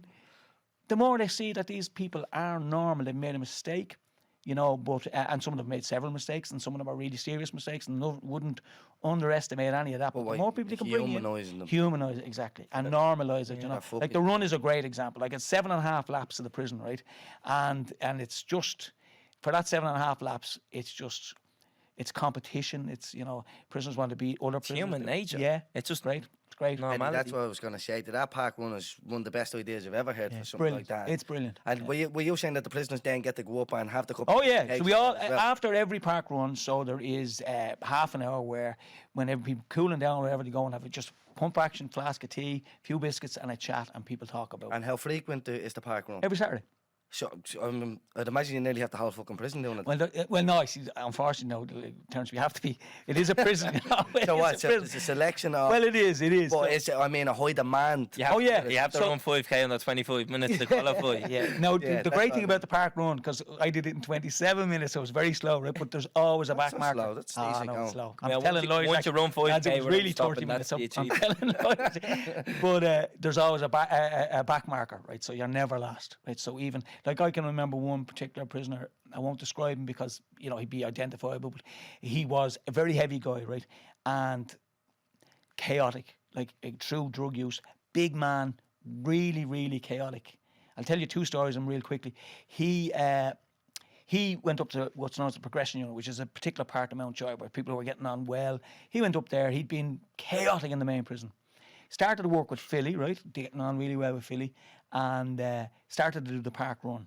And the change in him. And I remember we brought in a couple of coaches from the GEA. Croke Park are very good and very supportive about people who are, you know, struggling in prison. And they'd always put a few bit of funding into initiatives and that kind of stuff. They funded Philly for a while as well. So when we brought, so they came in to do a coaching course with some of the lads. And this particular prisoner did the coaching course. No kids of his own, but he had a nephew, right? And FM 104, one of the radio stations, came in to do an interview, and they interviewed him, right? And like, he was so articulate, right? He just, this guy was clued in what he wanted to do, but he was talking about. He said, you know, I wouldn't even go to an underage GA match because I was so out. First of all, out of it, but also out of touch. Now he says, I'm going and I'm telling him where he needs to, you know, what position he needs to be in, or, you know, he needs to be in front of his man, whatever it is. He knew all the terms, he knew it all. And he had changed, that had changed his relationship with his nephew, who, you know, you can imagine, like, this fellow was in his 20s. Relationship with 20-year-old lads and nephews is not, you know, it's not a particularly dynamic relationship anyway. But he had something in common with him. And your man was mad about GA. So he was able to, at least for that game, have a conversation with him and feel as if he was part of the community. Yeah. And that's why I think, you know, community plays a huge role in how a person can come out of prison and reintegrate and hopefully not go back to prison. But people will go back to prison. All the time they go back to prison. And it's about giving them another chance and another chance. You seem to be very progressive when it comes to, like, prison, and you seem to be more focused on the fact that they're not prisoners. We're dealing, it's people, management here. Like, you said when you come in, we were asking why you're a cop, and you were like, no, I'm a chef. But, like, what example I was going to give you, I often find out, like, if you look up organisations around the world and you look up the CEO and you look up the CEO's background, it's often something completely different. To, like, you'll see, like, the CEO of, like, a car company was once a bleeding painter or something like that and worked his way up, and you're like, geez, that doesn't really add up, you know. But they're just very good at identifying systems and the flaws and managing the components of that system. So the components in your system is the prisoners and the staff, and how they need to have a harmony between them. So how do you kick this off? So what do you do when you're presented with someone on the first day for a sentence? Okay, so as I said to you, when a person comes in for the first day, and I'll be honest with you, most people that come into prison, most of them have been in before. Okay, so now you're going to say there was always one first day. So the person that on their first day comes in, it is about trying to build up a bit of a relationship, a bit of rapport with them, reassuring them. Like, it is a traumatic experience. First time going into prison, you come in a van. Okay, so you're in a little cell in the van. You're taken out of the van. You'll be met with a nurse, first of all. Now, at the moment, the nurse will meet you and ask you any health issues, talk about COVID. So then you'll be brought into reception. You'll give all your property in, right? You take a shower. It's very structured. It's very daunting. It's not very personal, right? Sometimes, and in fairness, our reception staff, because they're so long at it, can spot somebody who's very uncomfortable or feels very vulnerable or very, we say, intimidated, and they'll usually try and reassure them, say, look, it's not as bad as it seems, it's not as austere. So it is a really traumatic first time experience. Is very traumatic coming in. You don't know what to expect. There's a lot of noise, right? The prison is, especially if it's an unlocked period, you'll hear all this activity going on over your head, and you wonder, what the hell am I letting myself in for? So it is daunting. You go to what's known as a committal unit, right? A committal unit is where every prisoner will spend the first night. Okay, the idea is that they will see a doctor, they will see a governor, they'll see the chaplain will come down and talk to them and say, look, do you need me to contact your mother, your partner, your children, whatever it is. So all that happens in the first 24-hour period, and that kind of gives us an opportunity then to see if there's any issues. Like, for example, one of the things, like tonight there'll be about 100 staff in our prisons, and there'll be about 12 nurses, and they'll be going around, and I always say they'll check on for security. So the staff will be checking to make sure that the doors are secure, that the bars are secure, and that people are going nowhere. But the majority they check is checking on people who are vulnerable, right? And there isn't a night goes by where the intervention of a staff member saves somebody's life. So somebody is at that rock bottom period in their life. They come into prison, they can see no hope, and their way out is suicide, right? And like, we have so many people who have been just that intervention, and it mightn't even be a physical one. It might be just lifting up the flap and saying, "Are you okay?" and having a conversation for 30 seconds or 40 seconds until that particular thought passes by, and you might even say something like, how's your mother, or would you get a visit today, or whatever it might be. And they're that's the important thing about staff, right? There are always disagreements between staff and prisoners, and we're good as a nation, I think, about talking, and it's that conversation that can save somebody, and that happens. I'm telling you, lads, so many times throughout the year, that conversation, or a nurse going in, somebody who self-harms, and a nurse going in, maybe putting bandages on the person and talking to them and saying, look, it's not that bad, you'll get through this, and it's not any, we'll say, particular training. It is just having a bit of empathy and showing a little bit of understanding for someone who's humanising. And I do think we're good at that. And like, as a prison service, we are absolutely not perfect. There's loads of things, there's loads of learnings. Services of prisoners need to improve, all of that. Relationships need to improve. There's so much. But if you look at where we were 30 years ago and look at where we are today, we're going in the right direction, Is there any countries you look at and you wish the prison service was like that, or do you think Ireland's? Yeah, the statistics will say that the likes of Norway, Denmark, Sweden are they're the most progressive. To the great, they're the best for every system in the world. They are. They seem to perfect every system, like health education, services. health, I agree with everything. You. But they are the role models, right? But like, we're by no means bottom of the league or bottom of the table in terms of the services we provide. I mean, even like, you look at the facilities in prisons. When I joined the prison service, most of our prisons had slopping out, so you had a bucket in your cell, right? That's almost gone, right? There's a little bit of it in Portlaoise, and there are political issues around that. And then there is a small bit in Limerick, which will be eliminated towards the end of the year, because we built a new wing in Limerick, right? So facilities have improved. There's still pockets of areas where we like to improve in terms of facilities for people in prison, but by and large, it's dramatically changed on what it was 20 years ago. Well, we talked about. Yeah, so this is what I wanted to touch on as well. So, Will very well. Do you know, believe it, I never met him. I never met Will White. You've never met him? No. What did you think, No, I know him from his media and what he's done. He's never actually before we come on. Yeah. I thought you knew him. No. Will has a play on that's running at the moment called The Examination. It's actually over in Paris with it now. It's unbelievable. It only goes on for an hour, and I swear to God, it's the quickest hour of your life. I don't know, 10 minutes in, turning to me, you tears in our eyes. How fuck. It's tears in our eyes, we were legit crying. I was crying, I was trying to hide it because it was dark, so I was like, no one will notice. They'll look me right. It's the most minimalist set I've ever seen for the play. It's literally like a table and then a little kind of small step for a stage. And how powerful it is. Two men on the stage delivering this story from the institution side, like how society perceives what a prisoner is, and how all these like philosophers throughout history deemed what a criminal is, and like they touch on stuff which is very, very fucking powerful. Like there was I think it was a philosopher in like the 19th century deemed criminality as a generational thing. It's bred into you. Like you're born a criminal, and criminals have certain features and all. And I think like People actually thought this way not even 200 years ago. That's scary. And then Will gives it from the prisoner side, like, this is not a fucking holiday camp. Yeah. This is the suffering we go through. And then they go back and forth a bit. Very, very good. They go back and forth a bit. And then Will makes a very, very, like, one of the most powerful things that I took from it was everybody is one action away from being a criminal. And I was like, Jesus Christ, like, that really hit home. Like, if you drive a car, you know exactly where I'm coming from. You know what I mean? No, Someone you're puts right, out in front of you, you fuck, and you have that little moment of anger. Anything, somebody could bump into you on the street, or someone can say something to you. Anything could happen to you. That one moment, and that's it. And there's a lot of people in the prison system who have had that one moment. Yeah. There's a lot of recidivism too, but there's a lot of people who've had that one moment and are paying a huge price. Now, as we said earlier, there's a price that other people are paying as a result as well. But you're right, we are all only one step away from something going catastrophically wrong in our lives, and we end up in prison or whatever. There's no doubt about it, you know.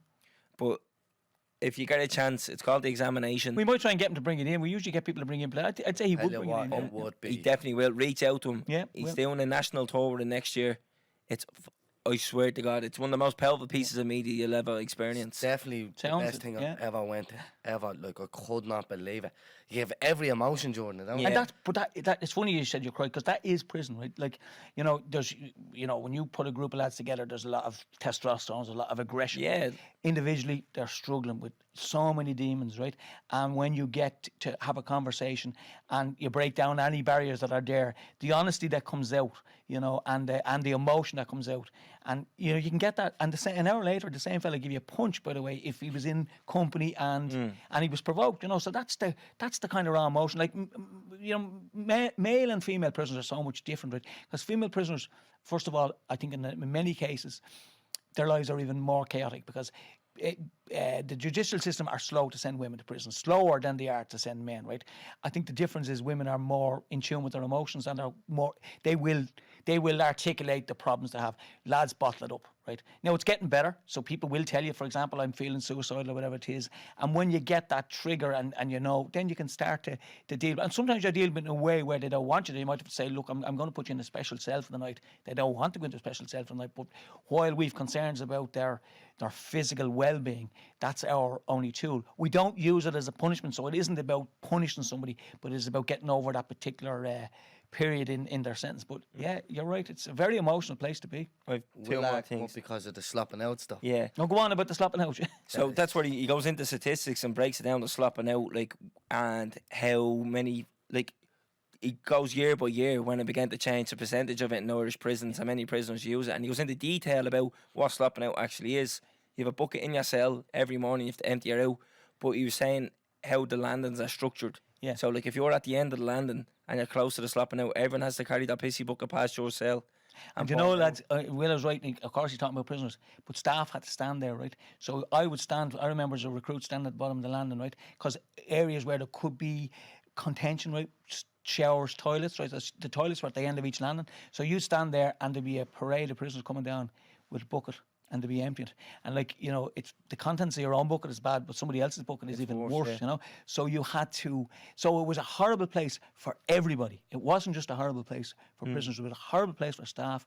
Mountjoy, for example, years ago was grossly overcrowded, right, with 2 and 3 in a cell, and they use and slopping out, and that is like, I mean, that there's a legacy issue there, and people are traumatized by that. I think the state is trying to pay some reparation to people who have had to endure slopping out. I understand there's a debate about, like, it's a really, really, really topical debate when you say you're compensating a prisoner for slopping out, and you have a certain section of society. Well, you know, we're actually paying them now. They were in prison and we're paying them as well. So there are people who will say that as well. But it was a horrible period, you know. And thankfully, it's one of those periods where we're almost at the back of it, you know. Yeah, but that's the thing. We're almost at the back of it. We still have prisoners pissing in buckets and pouring them out on a landing somewhere in Ireland. Yeah, it's madness to think. Oh, look, I'm not justifying it in any way. I know, yeah. But given that, like, there's been a lot of investment.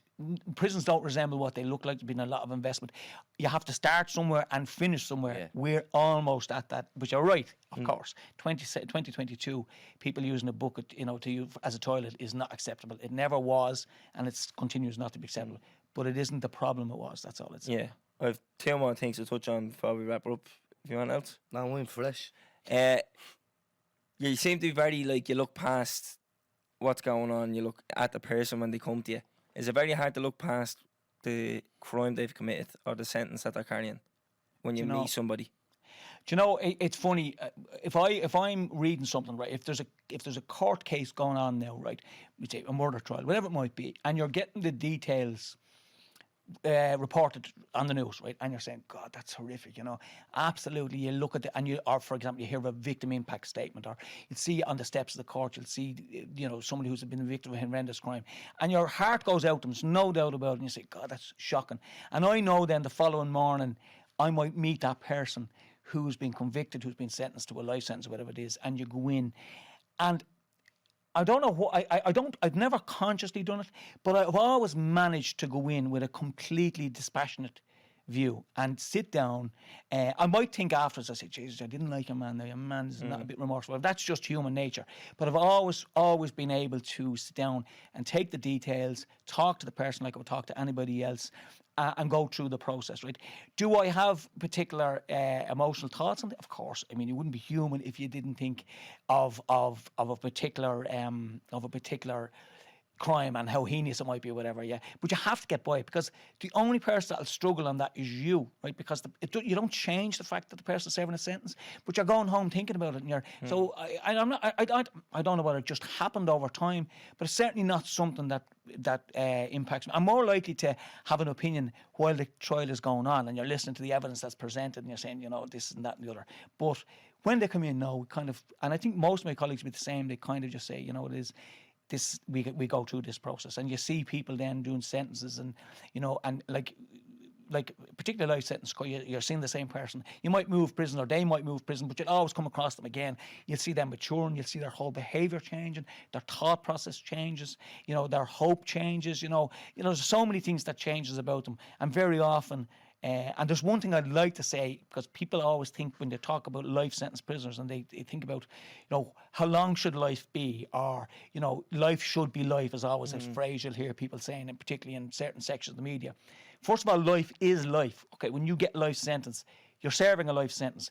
The issue is whether you serve the sentence in prison, or whether you serve it on licence in the community, right? Yeah. And there's no at the moment, and there's conversations in political circles about a determinate sentence, so a minimum sentence. So, but at the moment, a life sentence, there is no minimum that you must serve. There's no maximum that you must serve, and it is always based on engagement and level of risk. Okay, now you can never, with 100%, predict the risk associated with any one person, right? But you can look at their engagement, the work they've done. You can look at the family support. You can look at all the little factors that contribute to making them having the best chance when they go back into society. So decisions, because people think that, you often hear, you'll read in one of the papers the weekend, you'll see that Calvin got out after 18 years, right, for good behaviour.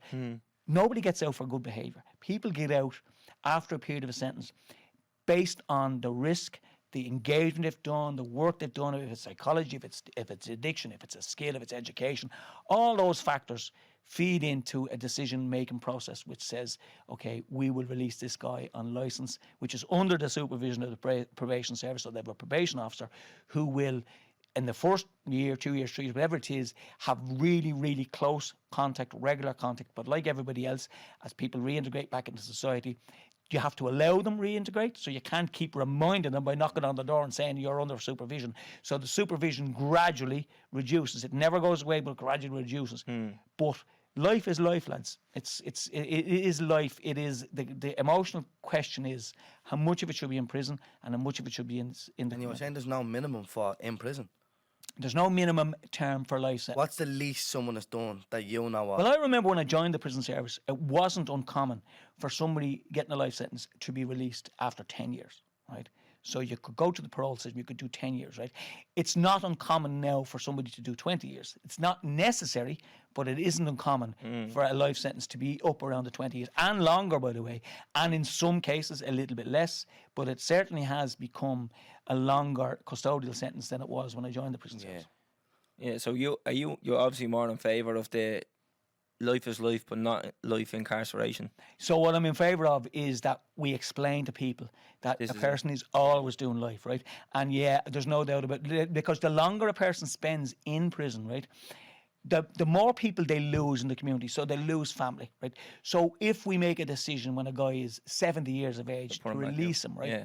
where's he going to go? Yeah. He's going to go into a state-run service because he has no family, he has no relationship, he's no nieces, nephews, brothers, whatever, they're all gone, and he's left a lonely man or woman for the remaining 10 years. Now, people will be screaming saying, well, life is life, and I agree with you, and I'm absolutely not saying that anybody has to accept Eddie Mullins' opinion on life, but my own experience would be that the longer people spend in prison, it's much, much harder for them then to live any sort of a life outside. And I will qualify that by saying I know in many cases the person that the victim didn't get a chance to live a life. I know that, Yeah. right? But I don't want to be flippant, but two wrongs don't necessarily make it right. And you're either. saying life is life, Yeah. regardless. It's like that, an eye for an eye and a tooth for a tooth will leave us all mumbling and blind, wouldn't it? Yeah. You know? So lads, I'm going to need you to get a job off you now because I'm going to be sacked after all. Yeah. You'll be a good podcast host. We'll take you in. And then my last one before we Yeah. finish up, Eddie, because we have you over here bleeding down overtime. But if there's one thing you could change with the Irish prison system, what would it be? That's a really good question. That's a fucking. So great there's question. a couple of things I would do, and I was asked that recently, so that's why I'm kind of fresh in my mind about it. I would build more prisons and I'd put less people in them, right? So I would say I would have more open centres. I would have smaller prisons, right? So even though we do a lot of work to try and segregate people who can't get on with each other, and we're all very familiar with the criminal feud system that's going on in the community at the moment, and a lot of those people are in prison, and so there's that whole gangland culture that goes on, and it's always been there, by the way. You know, gangland is not new. Gangland was there. It might be more sophisticated now, but it was always there. I remember as a kid there were particular gangs known in Dublin who had control over particular criminality at the time. So it's not a new phenomenon. It is more sophisticated. But if you have smaller prisons, you can focus the resources on the people. So, for example, somebody who comes in with a particular drug addiction, right, not a violent criminal act or whatever it might be, can end up and does end up beside somebody who has shot somebody in the same prison. And if they can get on with each other, there's no issue. We work on. Whereas if you can target people, our rehabilitation, which is the wrong word, will be more impactful, I think. So I'd build more prisons, but I'd have them smaller, and I would certainly look at alternatives to prison in every aspect, but certainly for short sentences, because they're absolutely pointless. So there'd be the two things I would do if I was the Minister for Justice, which is not going to happen. Because there are two things that make a lot of sense. The minor I think sentence is one. The minor sentence one's a no-brainer to me. It's a no-brainer. It's absolutely stupid. And then how much smaller in terms of capacity? Would you go half the capacity of Mountjoy? Oh, no, Mountjoy's far too big, right? So I'm talking about prisons that have no more than 100, 120 prisoners in them, open centres. I mean, there was a question put to me recently about, we'd say, conjugal rights. Okay, so now I kind of sidestepped it because my answer would be, well, if you want to really make it about relationships, then it should be families, not just conjugal rights. It should be kids and all that. So I thought that was a clever. Is that a thing in Ireland? I thought. No, it's not. I only ever see it on the telly, like in America. No, it's not a thing. It's not. No, it's not. No, we're not going to go there, lads. I'll definitely. That's be Eddie saying. No, but no. Rapper, All I'm saying is it's not a thing in Ireland. Well, it's no, it's not. No, it's not. No, I do know. I was in an open centre. Eddie's getting nervous. I do know of instances where we've come across couples in compromising positions in open prisons, right? Yeah. That's human nature. But as an organisation, we don't provide facilities For that to happen. for conjugal visits or conjugal rights. Don't give them a mobile out the back or something. No, we're not going to. Jesus, lads, we'd be here for another 2 hours. We talk about mobile phones. We're not going to. No, talk I about meant the mobile home. No, we don't. No, but look, it is a conversation. It is in other more advanced criminal justice systems. There is a big element of conjugal and family visits, right? And family units where the family can come in, and it's about, particularly if you're talking about somebody who's saying a really long sentence, it's about normalisation. It's about getting used to that before you throw them out the gate to this real big bad world. So it's about acclimatisation. Is that the word? So there's an argument for it, but to be honest with you, there's so many other problems in our system that if I was to hierarchy, that wouldn't be high up on it. Yeah. We need a part 2 after this. Yeah. We Hey, do. come back into us when you're retired. Oh, that'd be the dirty one, wouldn't it? Yeah. We go into the details about mobile phones. Right, we wrap this one up. I think that's a wrap, yeah? Right. Eddie, thanks for coming in. Honestly, we know you're a busy man. So this is the one that was supposed to be last week. And what happened, lads? I fucked it. Didn't I, Eddie? Well, no, as I Eddie said, was fuming at me. I bottled the two. If it's known, well, let's be honest about it. I mean, Short I have to be honest with you, lads. I wasn't as nervous getting married, right? I walked over from Mountjoy this afternoon, and I said, "Jeez, I can't take my jacket off because the sweat pools under my arms." So I'll have to say thanks very much because it hasn't been as bad as I thought. And I was waiting on the question on pissing in the shower, and I had rehearsed an answer, but it's too late now. No, it's over now, lads. Go on, Eddie. It's done. Eddie, here it is. So my answer was, lads, I said, at my age with my prostate, I'm lucky if I get to the shower. That was my answer.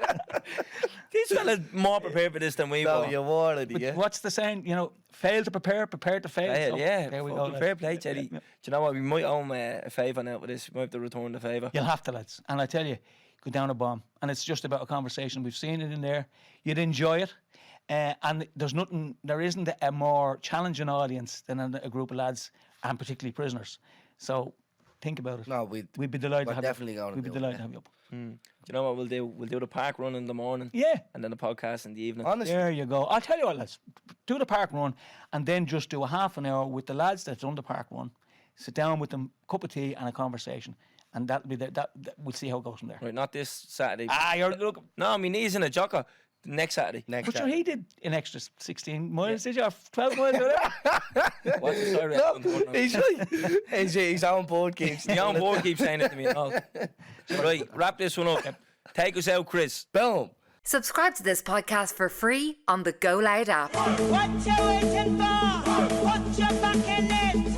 Just a little more. Throw your weight in it now. Tell your body you're ten. Walk it hard and long. When you finish that, The hip knocker. go down, go down, go down. Come up, come up.